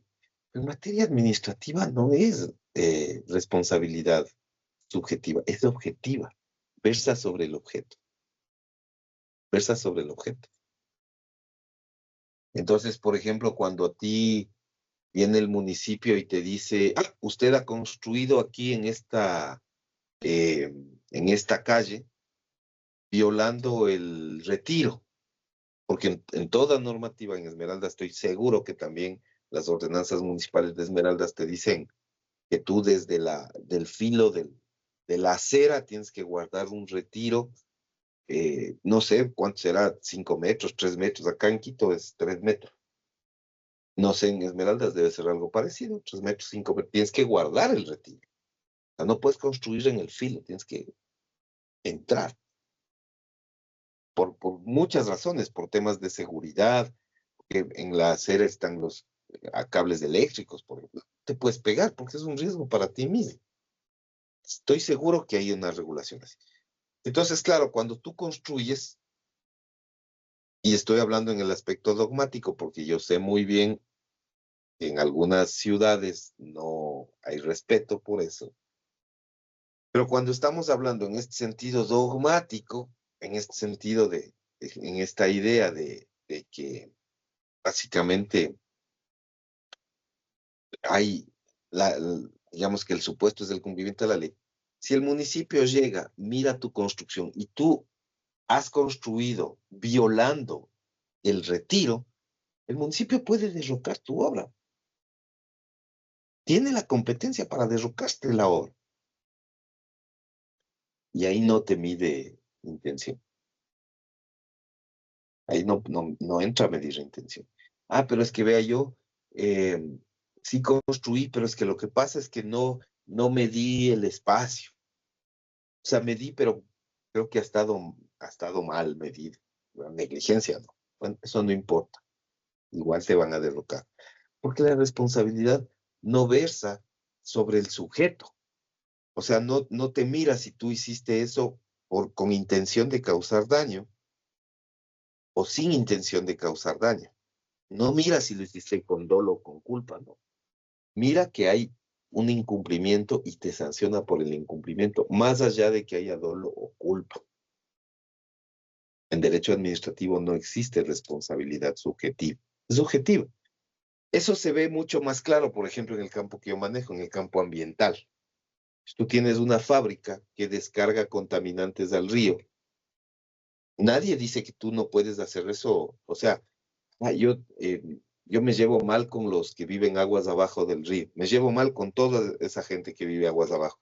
Ahora les voy a contaminar y les voy a echar agua contaminada a sabiendas de que les va a causar daño. Es dolo. Y les echo el agua contaminada. O se me escapa, tengo una fuga, no me he dado cuenta. Eso es negligencia. Y se va el agua contaminada y les causa daño. El derecho administrativo, y eso es una parte del derecho administrativo, no te mide si lo hiciste con dolo, con culpa. Es responsabilidad objetiva, solo mide que hubo el daño. Y tienes que responder por el daño. Pero no fue culpa, fue solo negligencia, no importa. Respondes igual, en los mismos términos. No hay diferencia, porque la responsabilidad pesa sobre el objeto, sobre el hecho, no sobre la persona. No mides la intención. Por eso es que se dice mucho que la responsabilidad objetiva descansa sobre la teoría del riesgo. El riesgo, no de la intención. No descansa sobre la teoría de la intención humana, descansa sobre la teoría del riesgo que esa acción puede causar en otras personas o en objetos. Entonces va por ahí. Entonces miren, esto por qué les cuento y por qué les decía que esto es interesante, es porque en realidad los principios, y esto es un principio, este es el caso de un principio, normativamente, el Ecuador no tenía responsabilidad objetiva. La responsabilidad objetiva es nueva. Eso no había. La responsabilidad la responsabilidad en el derecho ecuatoriano siempre fue subjetiva. Por eso nosotros arrastramos siempre un problema. Y yo siempre me pongo a pensar de que a veces tiene que ver con o sea, nuestra idiosincrasia tiene que ver mucho con la forma como tú ejerces la función pública, ¿no?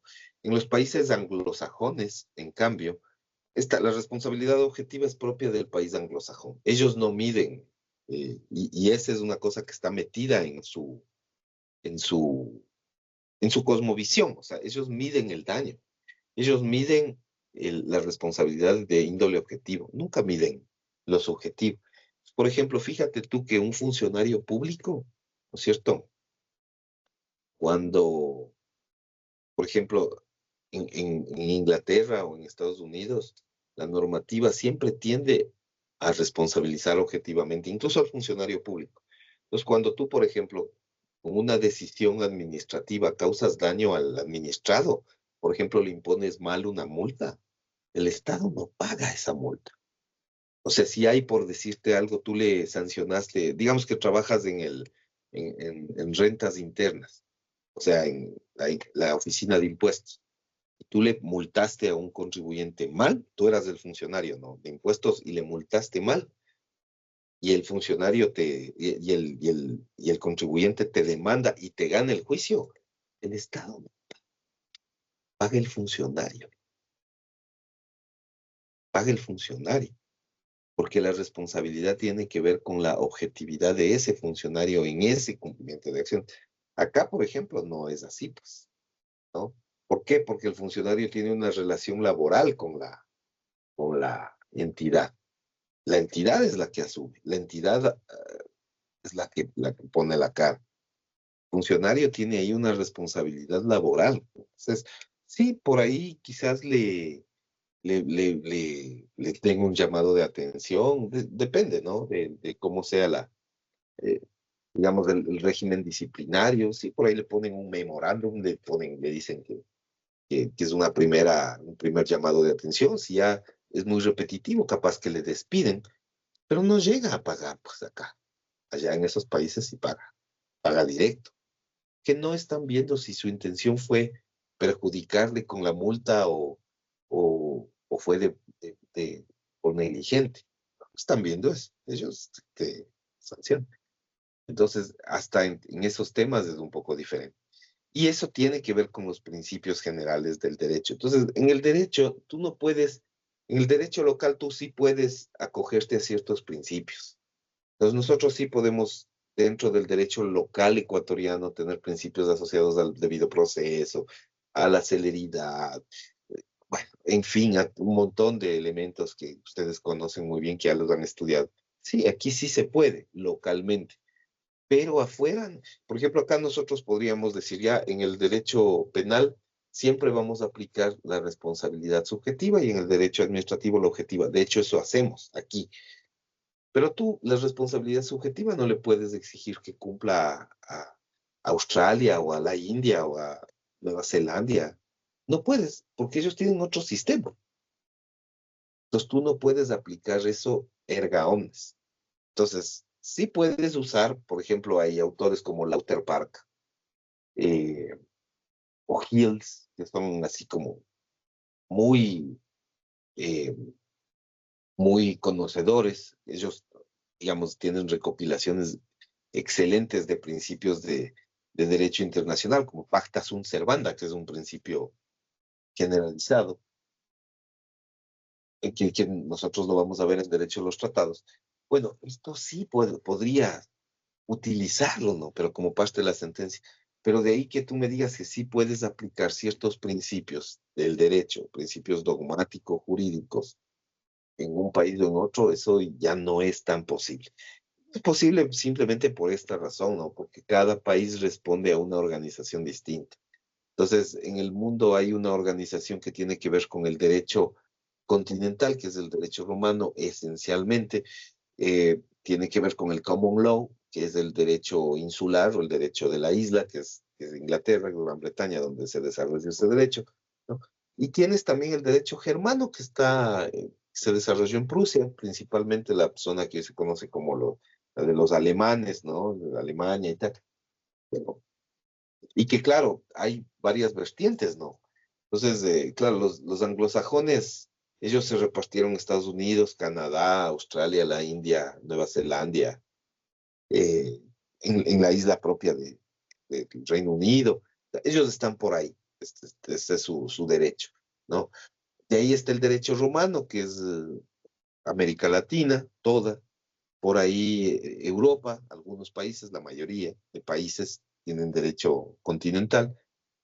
Y está este derecho germánico, que es principalmente Alemania, algunos países de Alemania Oriental, de Europa Oriental y también Asia, ¿no?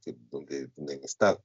Y África, que es una mezcla de todo un poco, ¿no? Porque ellos tienen algunas partes romanas, algunas partes, eh, digamos, eh, anglosajonas y demás. Toda una estructura, ¿no? Toda una estructura, pero no puedes aplicarlo de manera directa. Es una fuente complementaria, ¿no? Que puedes usarla principalmente para la redacción de sentencias, principalmente para la formulación de nuevos proyectos de convenios, de acuerdos, de instrumentos internacionales, pero no de manera directa, no se pueden aplicar, ¿no? Luego tenemos las resoluciones de los organismos internacionales.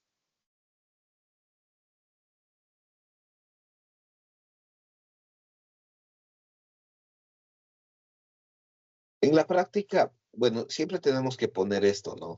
Resoluciones de organismos internacionales. En la práctica son resoluciones de la ONU.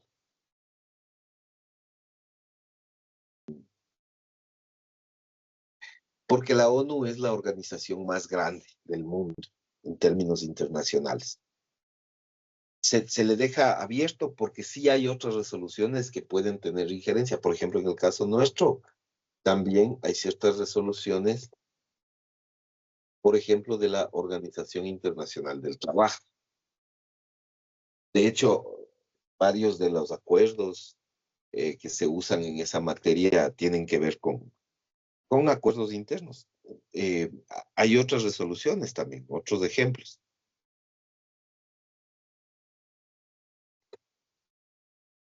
De la Comunidad Andina de Naciones. Vean, por ejemplo, la última resolución, que es un llamado de atención de la CAM para el Ecuador y Colombia por esta guerra arancelaria. Pues, también hay eso, ¿no? Pero estas resoluciones también tienen esta idea. Algunas de esas resoluciones son más declarativas. A veces están relacionadas con algún país, ¿no? En particular. Pero en general suelen ser declarativas. Y un poco lo que dice eh, el profesor Maldonado es que esto cabe dentro de la órbita de las facultades de los organismos internacionales, en donde, claro, conceden cierto tipo de acciones a favor o en contra de ciertos estados para que ellos actúen de una o de otra manera, ¿no? Eh, Siempre nosotros vamos a tener eh, decisiones o recomendaciones o algunas acuerdos, regulaciones, ordenanzas, etcétera, algunos elementos que pueden ser considerados como tales. Eh, Siempre son llamados de atención y claro, como en derecho internacional siempre pesa la voluntad de los estados, es voluntario de los estados que cumplan o no cumplan. Esto también hay que ser claros. Entonces, normalmente son formas complementarias. A veces los estados pueden hacer caso, a veces no lo hacen. Y es necesario ceder a una reclamación internacional a través de un tribunal que necesariamente tiene que irse planteando de una manera orgánica, a través de una demanda y todo lo demás. Eh, pero en general siempre se refieren, por lo general, digo, a resoluciones de las Naciones Unidas. Serán el 95% resoluciones de las Naciones Unidas. Pero claro, todas esas decisiones y resoluciones casi siempre tienen que ver con recomendaciones. Casi siempre son recomendaciones. No necesariamente son, eh, digamos, alertas de cumplimiento por alguna razón en particular, ¿no? Eh, Resoluciones, declaraciones que siempre se hacen, ¿no? Declaramos eh, el día de tal cosa, el día de tal otra cosa, o declaramos ciertos derechos, hacemos un llamado de atención para que los países hagan tal cosa, tal otra. En mi campo, en el campo ambiental, siempre hay este tipo de declaraciones del medio ambiente sano, que es la última gran declaración que se ha hecho desde las Naciones Unidas, eh, o las declaraciones que tienen que ver con digamos, las mismas organizaciones, por ejemplo, la Declaración de Río de Janeiro sobre el medio ambiente y el desarrollo, es la de 1992, o la Declaración de Estocolmo, ¿no?, del 72. Siempre hay exposición digamos, de buenas intenciones. Casi siempre las resoluciones tienen ese camino. O también, muchas veces, a través de esas resoluciones se plantean nuevas reuniones, nuevos acuerdos, en las que los países se comprometen a organizar algo, donde se va a discutir alguna convención nueva, ¿no? O donde se aprueba algún informe, ¿no? Entonces, esto puede generar cierto tipo de obligaciones internacionales, sí, pero por lo general son más declarativas. También se pueden usar dentro de la jurisprudencia. Yo puedo tomar, por ejemplo, una declaración y emplearla dentro de la jurisprudencia. Ahí nosotros tenemos una cosa que es bien interesante, eh, que les voy a buscar la norma porque en el caso ecuatoriano sí hay un tema que opera un poco diferente a lo que pasa en el resto de países, a nivel constitucional sobre todo. Les voy a buscar la norma, les voy a leer la norma. No, es con concordancia, muy grande esta constitución. Eh, 400. Ya, ya.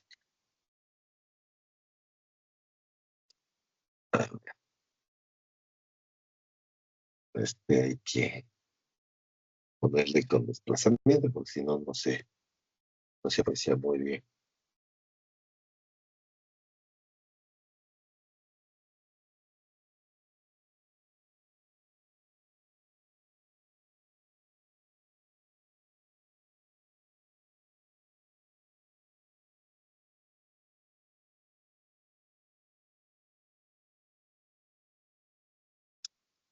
A ver, ya.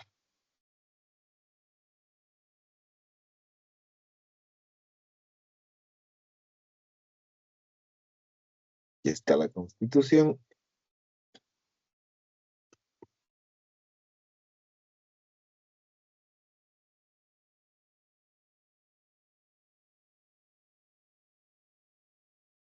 Ya. Listo. 416.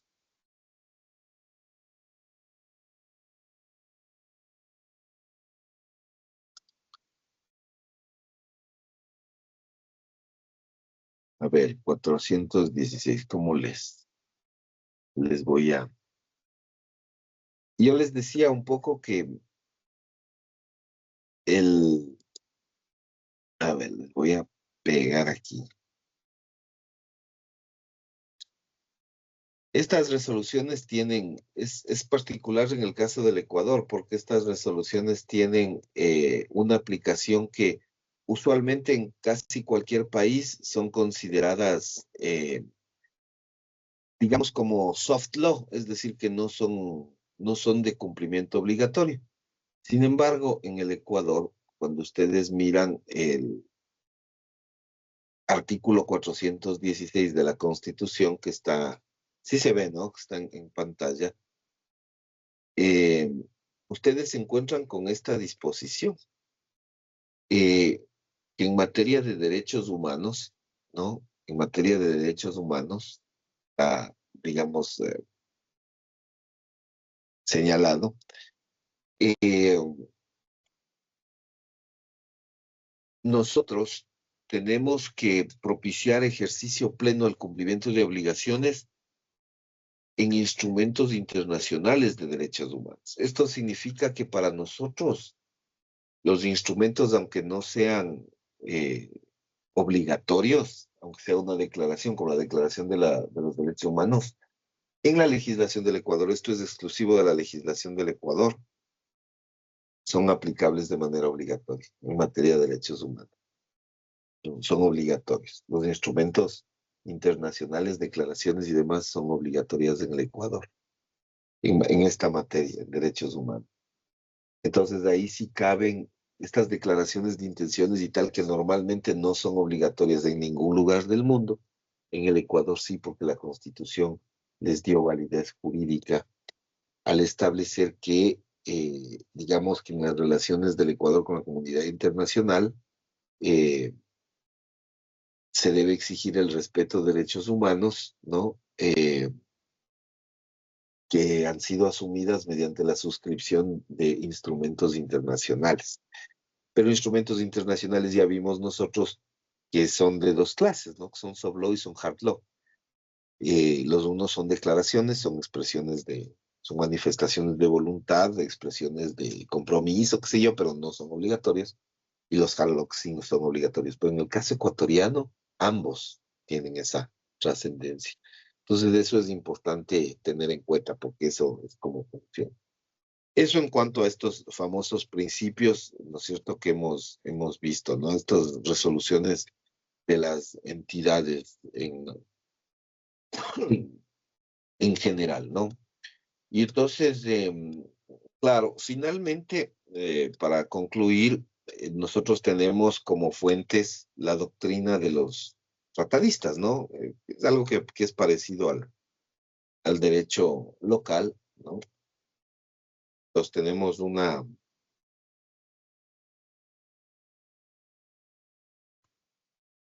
doctrina de los juristas, ¿ya? Bueno, esta también tiene que ver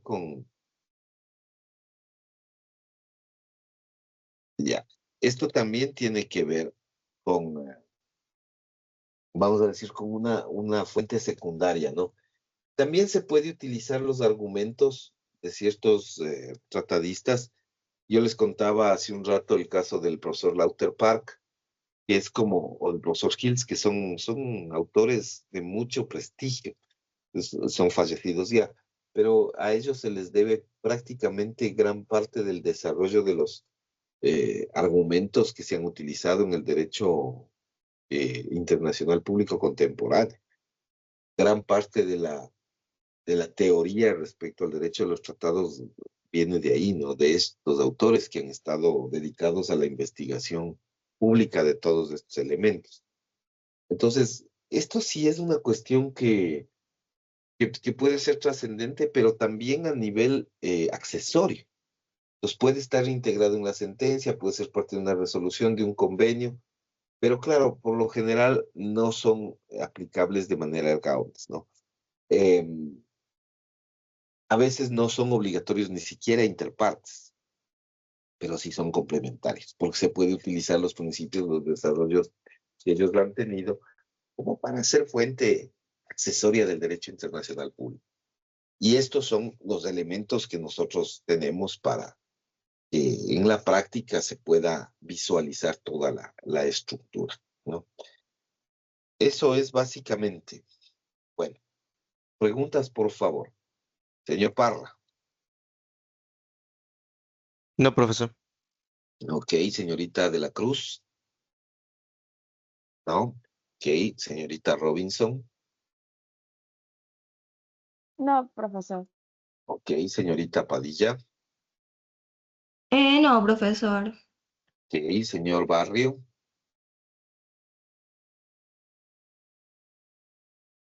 No, profesor. Ok, señorita Lozada. Yo quiero preguntar sobre la evaluación, que si la evaluación va a ser de este texto en específico. Sí, sí está parte de este texto, ¿no? Hay parte de este y del texto anterior, de los textos anteriores. Sí, sí, claro, claro, claro. La evaluación. Gracias. Porque además tenemos que venir leyendo, ¿no? De hecho, para la próxima semana vamos a empezar con Derecho de los Tratados. Entonces, desde la semana anterior está cargada la Convención de Viena. Les sugiero que le den una lectura. Vamos a trabajar un poco con la introducción que hace el profesor Marco Monroy Cabra de Colombia. Yo tengo un extracto ahí también disponible para ustedes. Está entre los documentos que utilizamos. Les pido que hagan que sí hagan una revisión de esto, ¿no? Sí es siempre importante. Perdón. Entonces, siempre es importante ir manteniendo eso, ¿no? Revisar previamente, porque si no, yo lo que siento es que avanzamos lento. Claro, ahora nos tocó leer toda la primera parte del Jus Cogens. El Jus Cogens era lo más importante que íbamos a ver ahora y nos tocó ir leyendo. Entonces, no creo que la clase sea muy adecuada bajo esos términos. Más bien sería más ideal que hagamos una ronda de preguntas-respuestas y que avancemos en base a eso. Pero bueno, esto también tiene que ver con cuánto avanzamos en las lecturas, ¿no? Que es básicamente importante. Ok. Bueno, creo yo, bueno, le voy a parar la grabación, no hay más preguntas. Le voy a detener ahí la grabación. Pero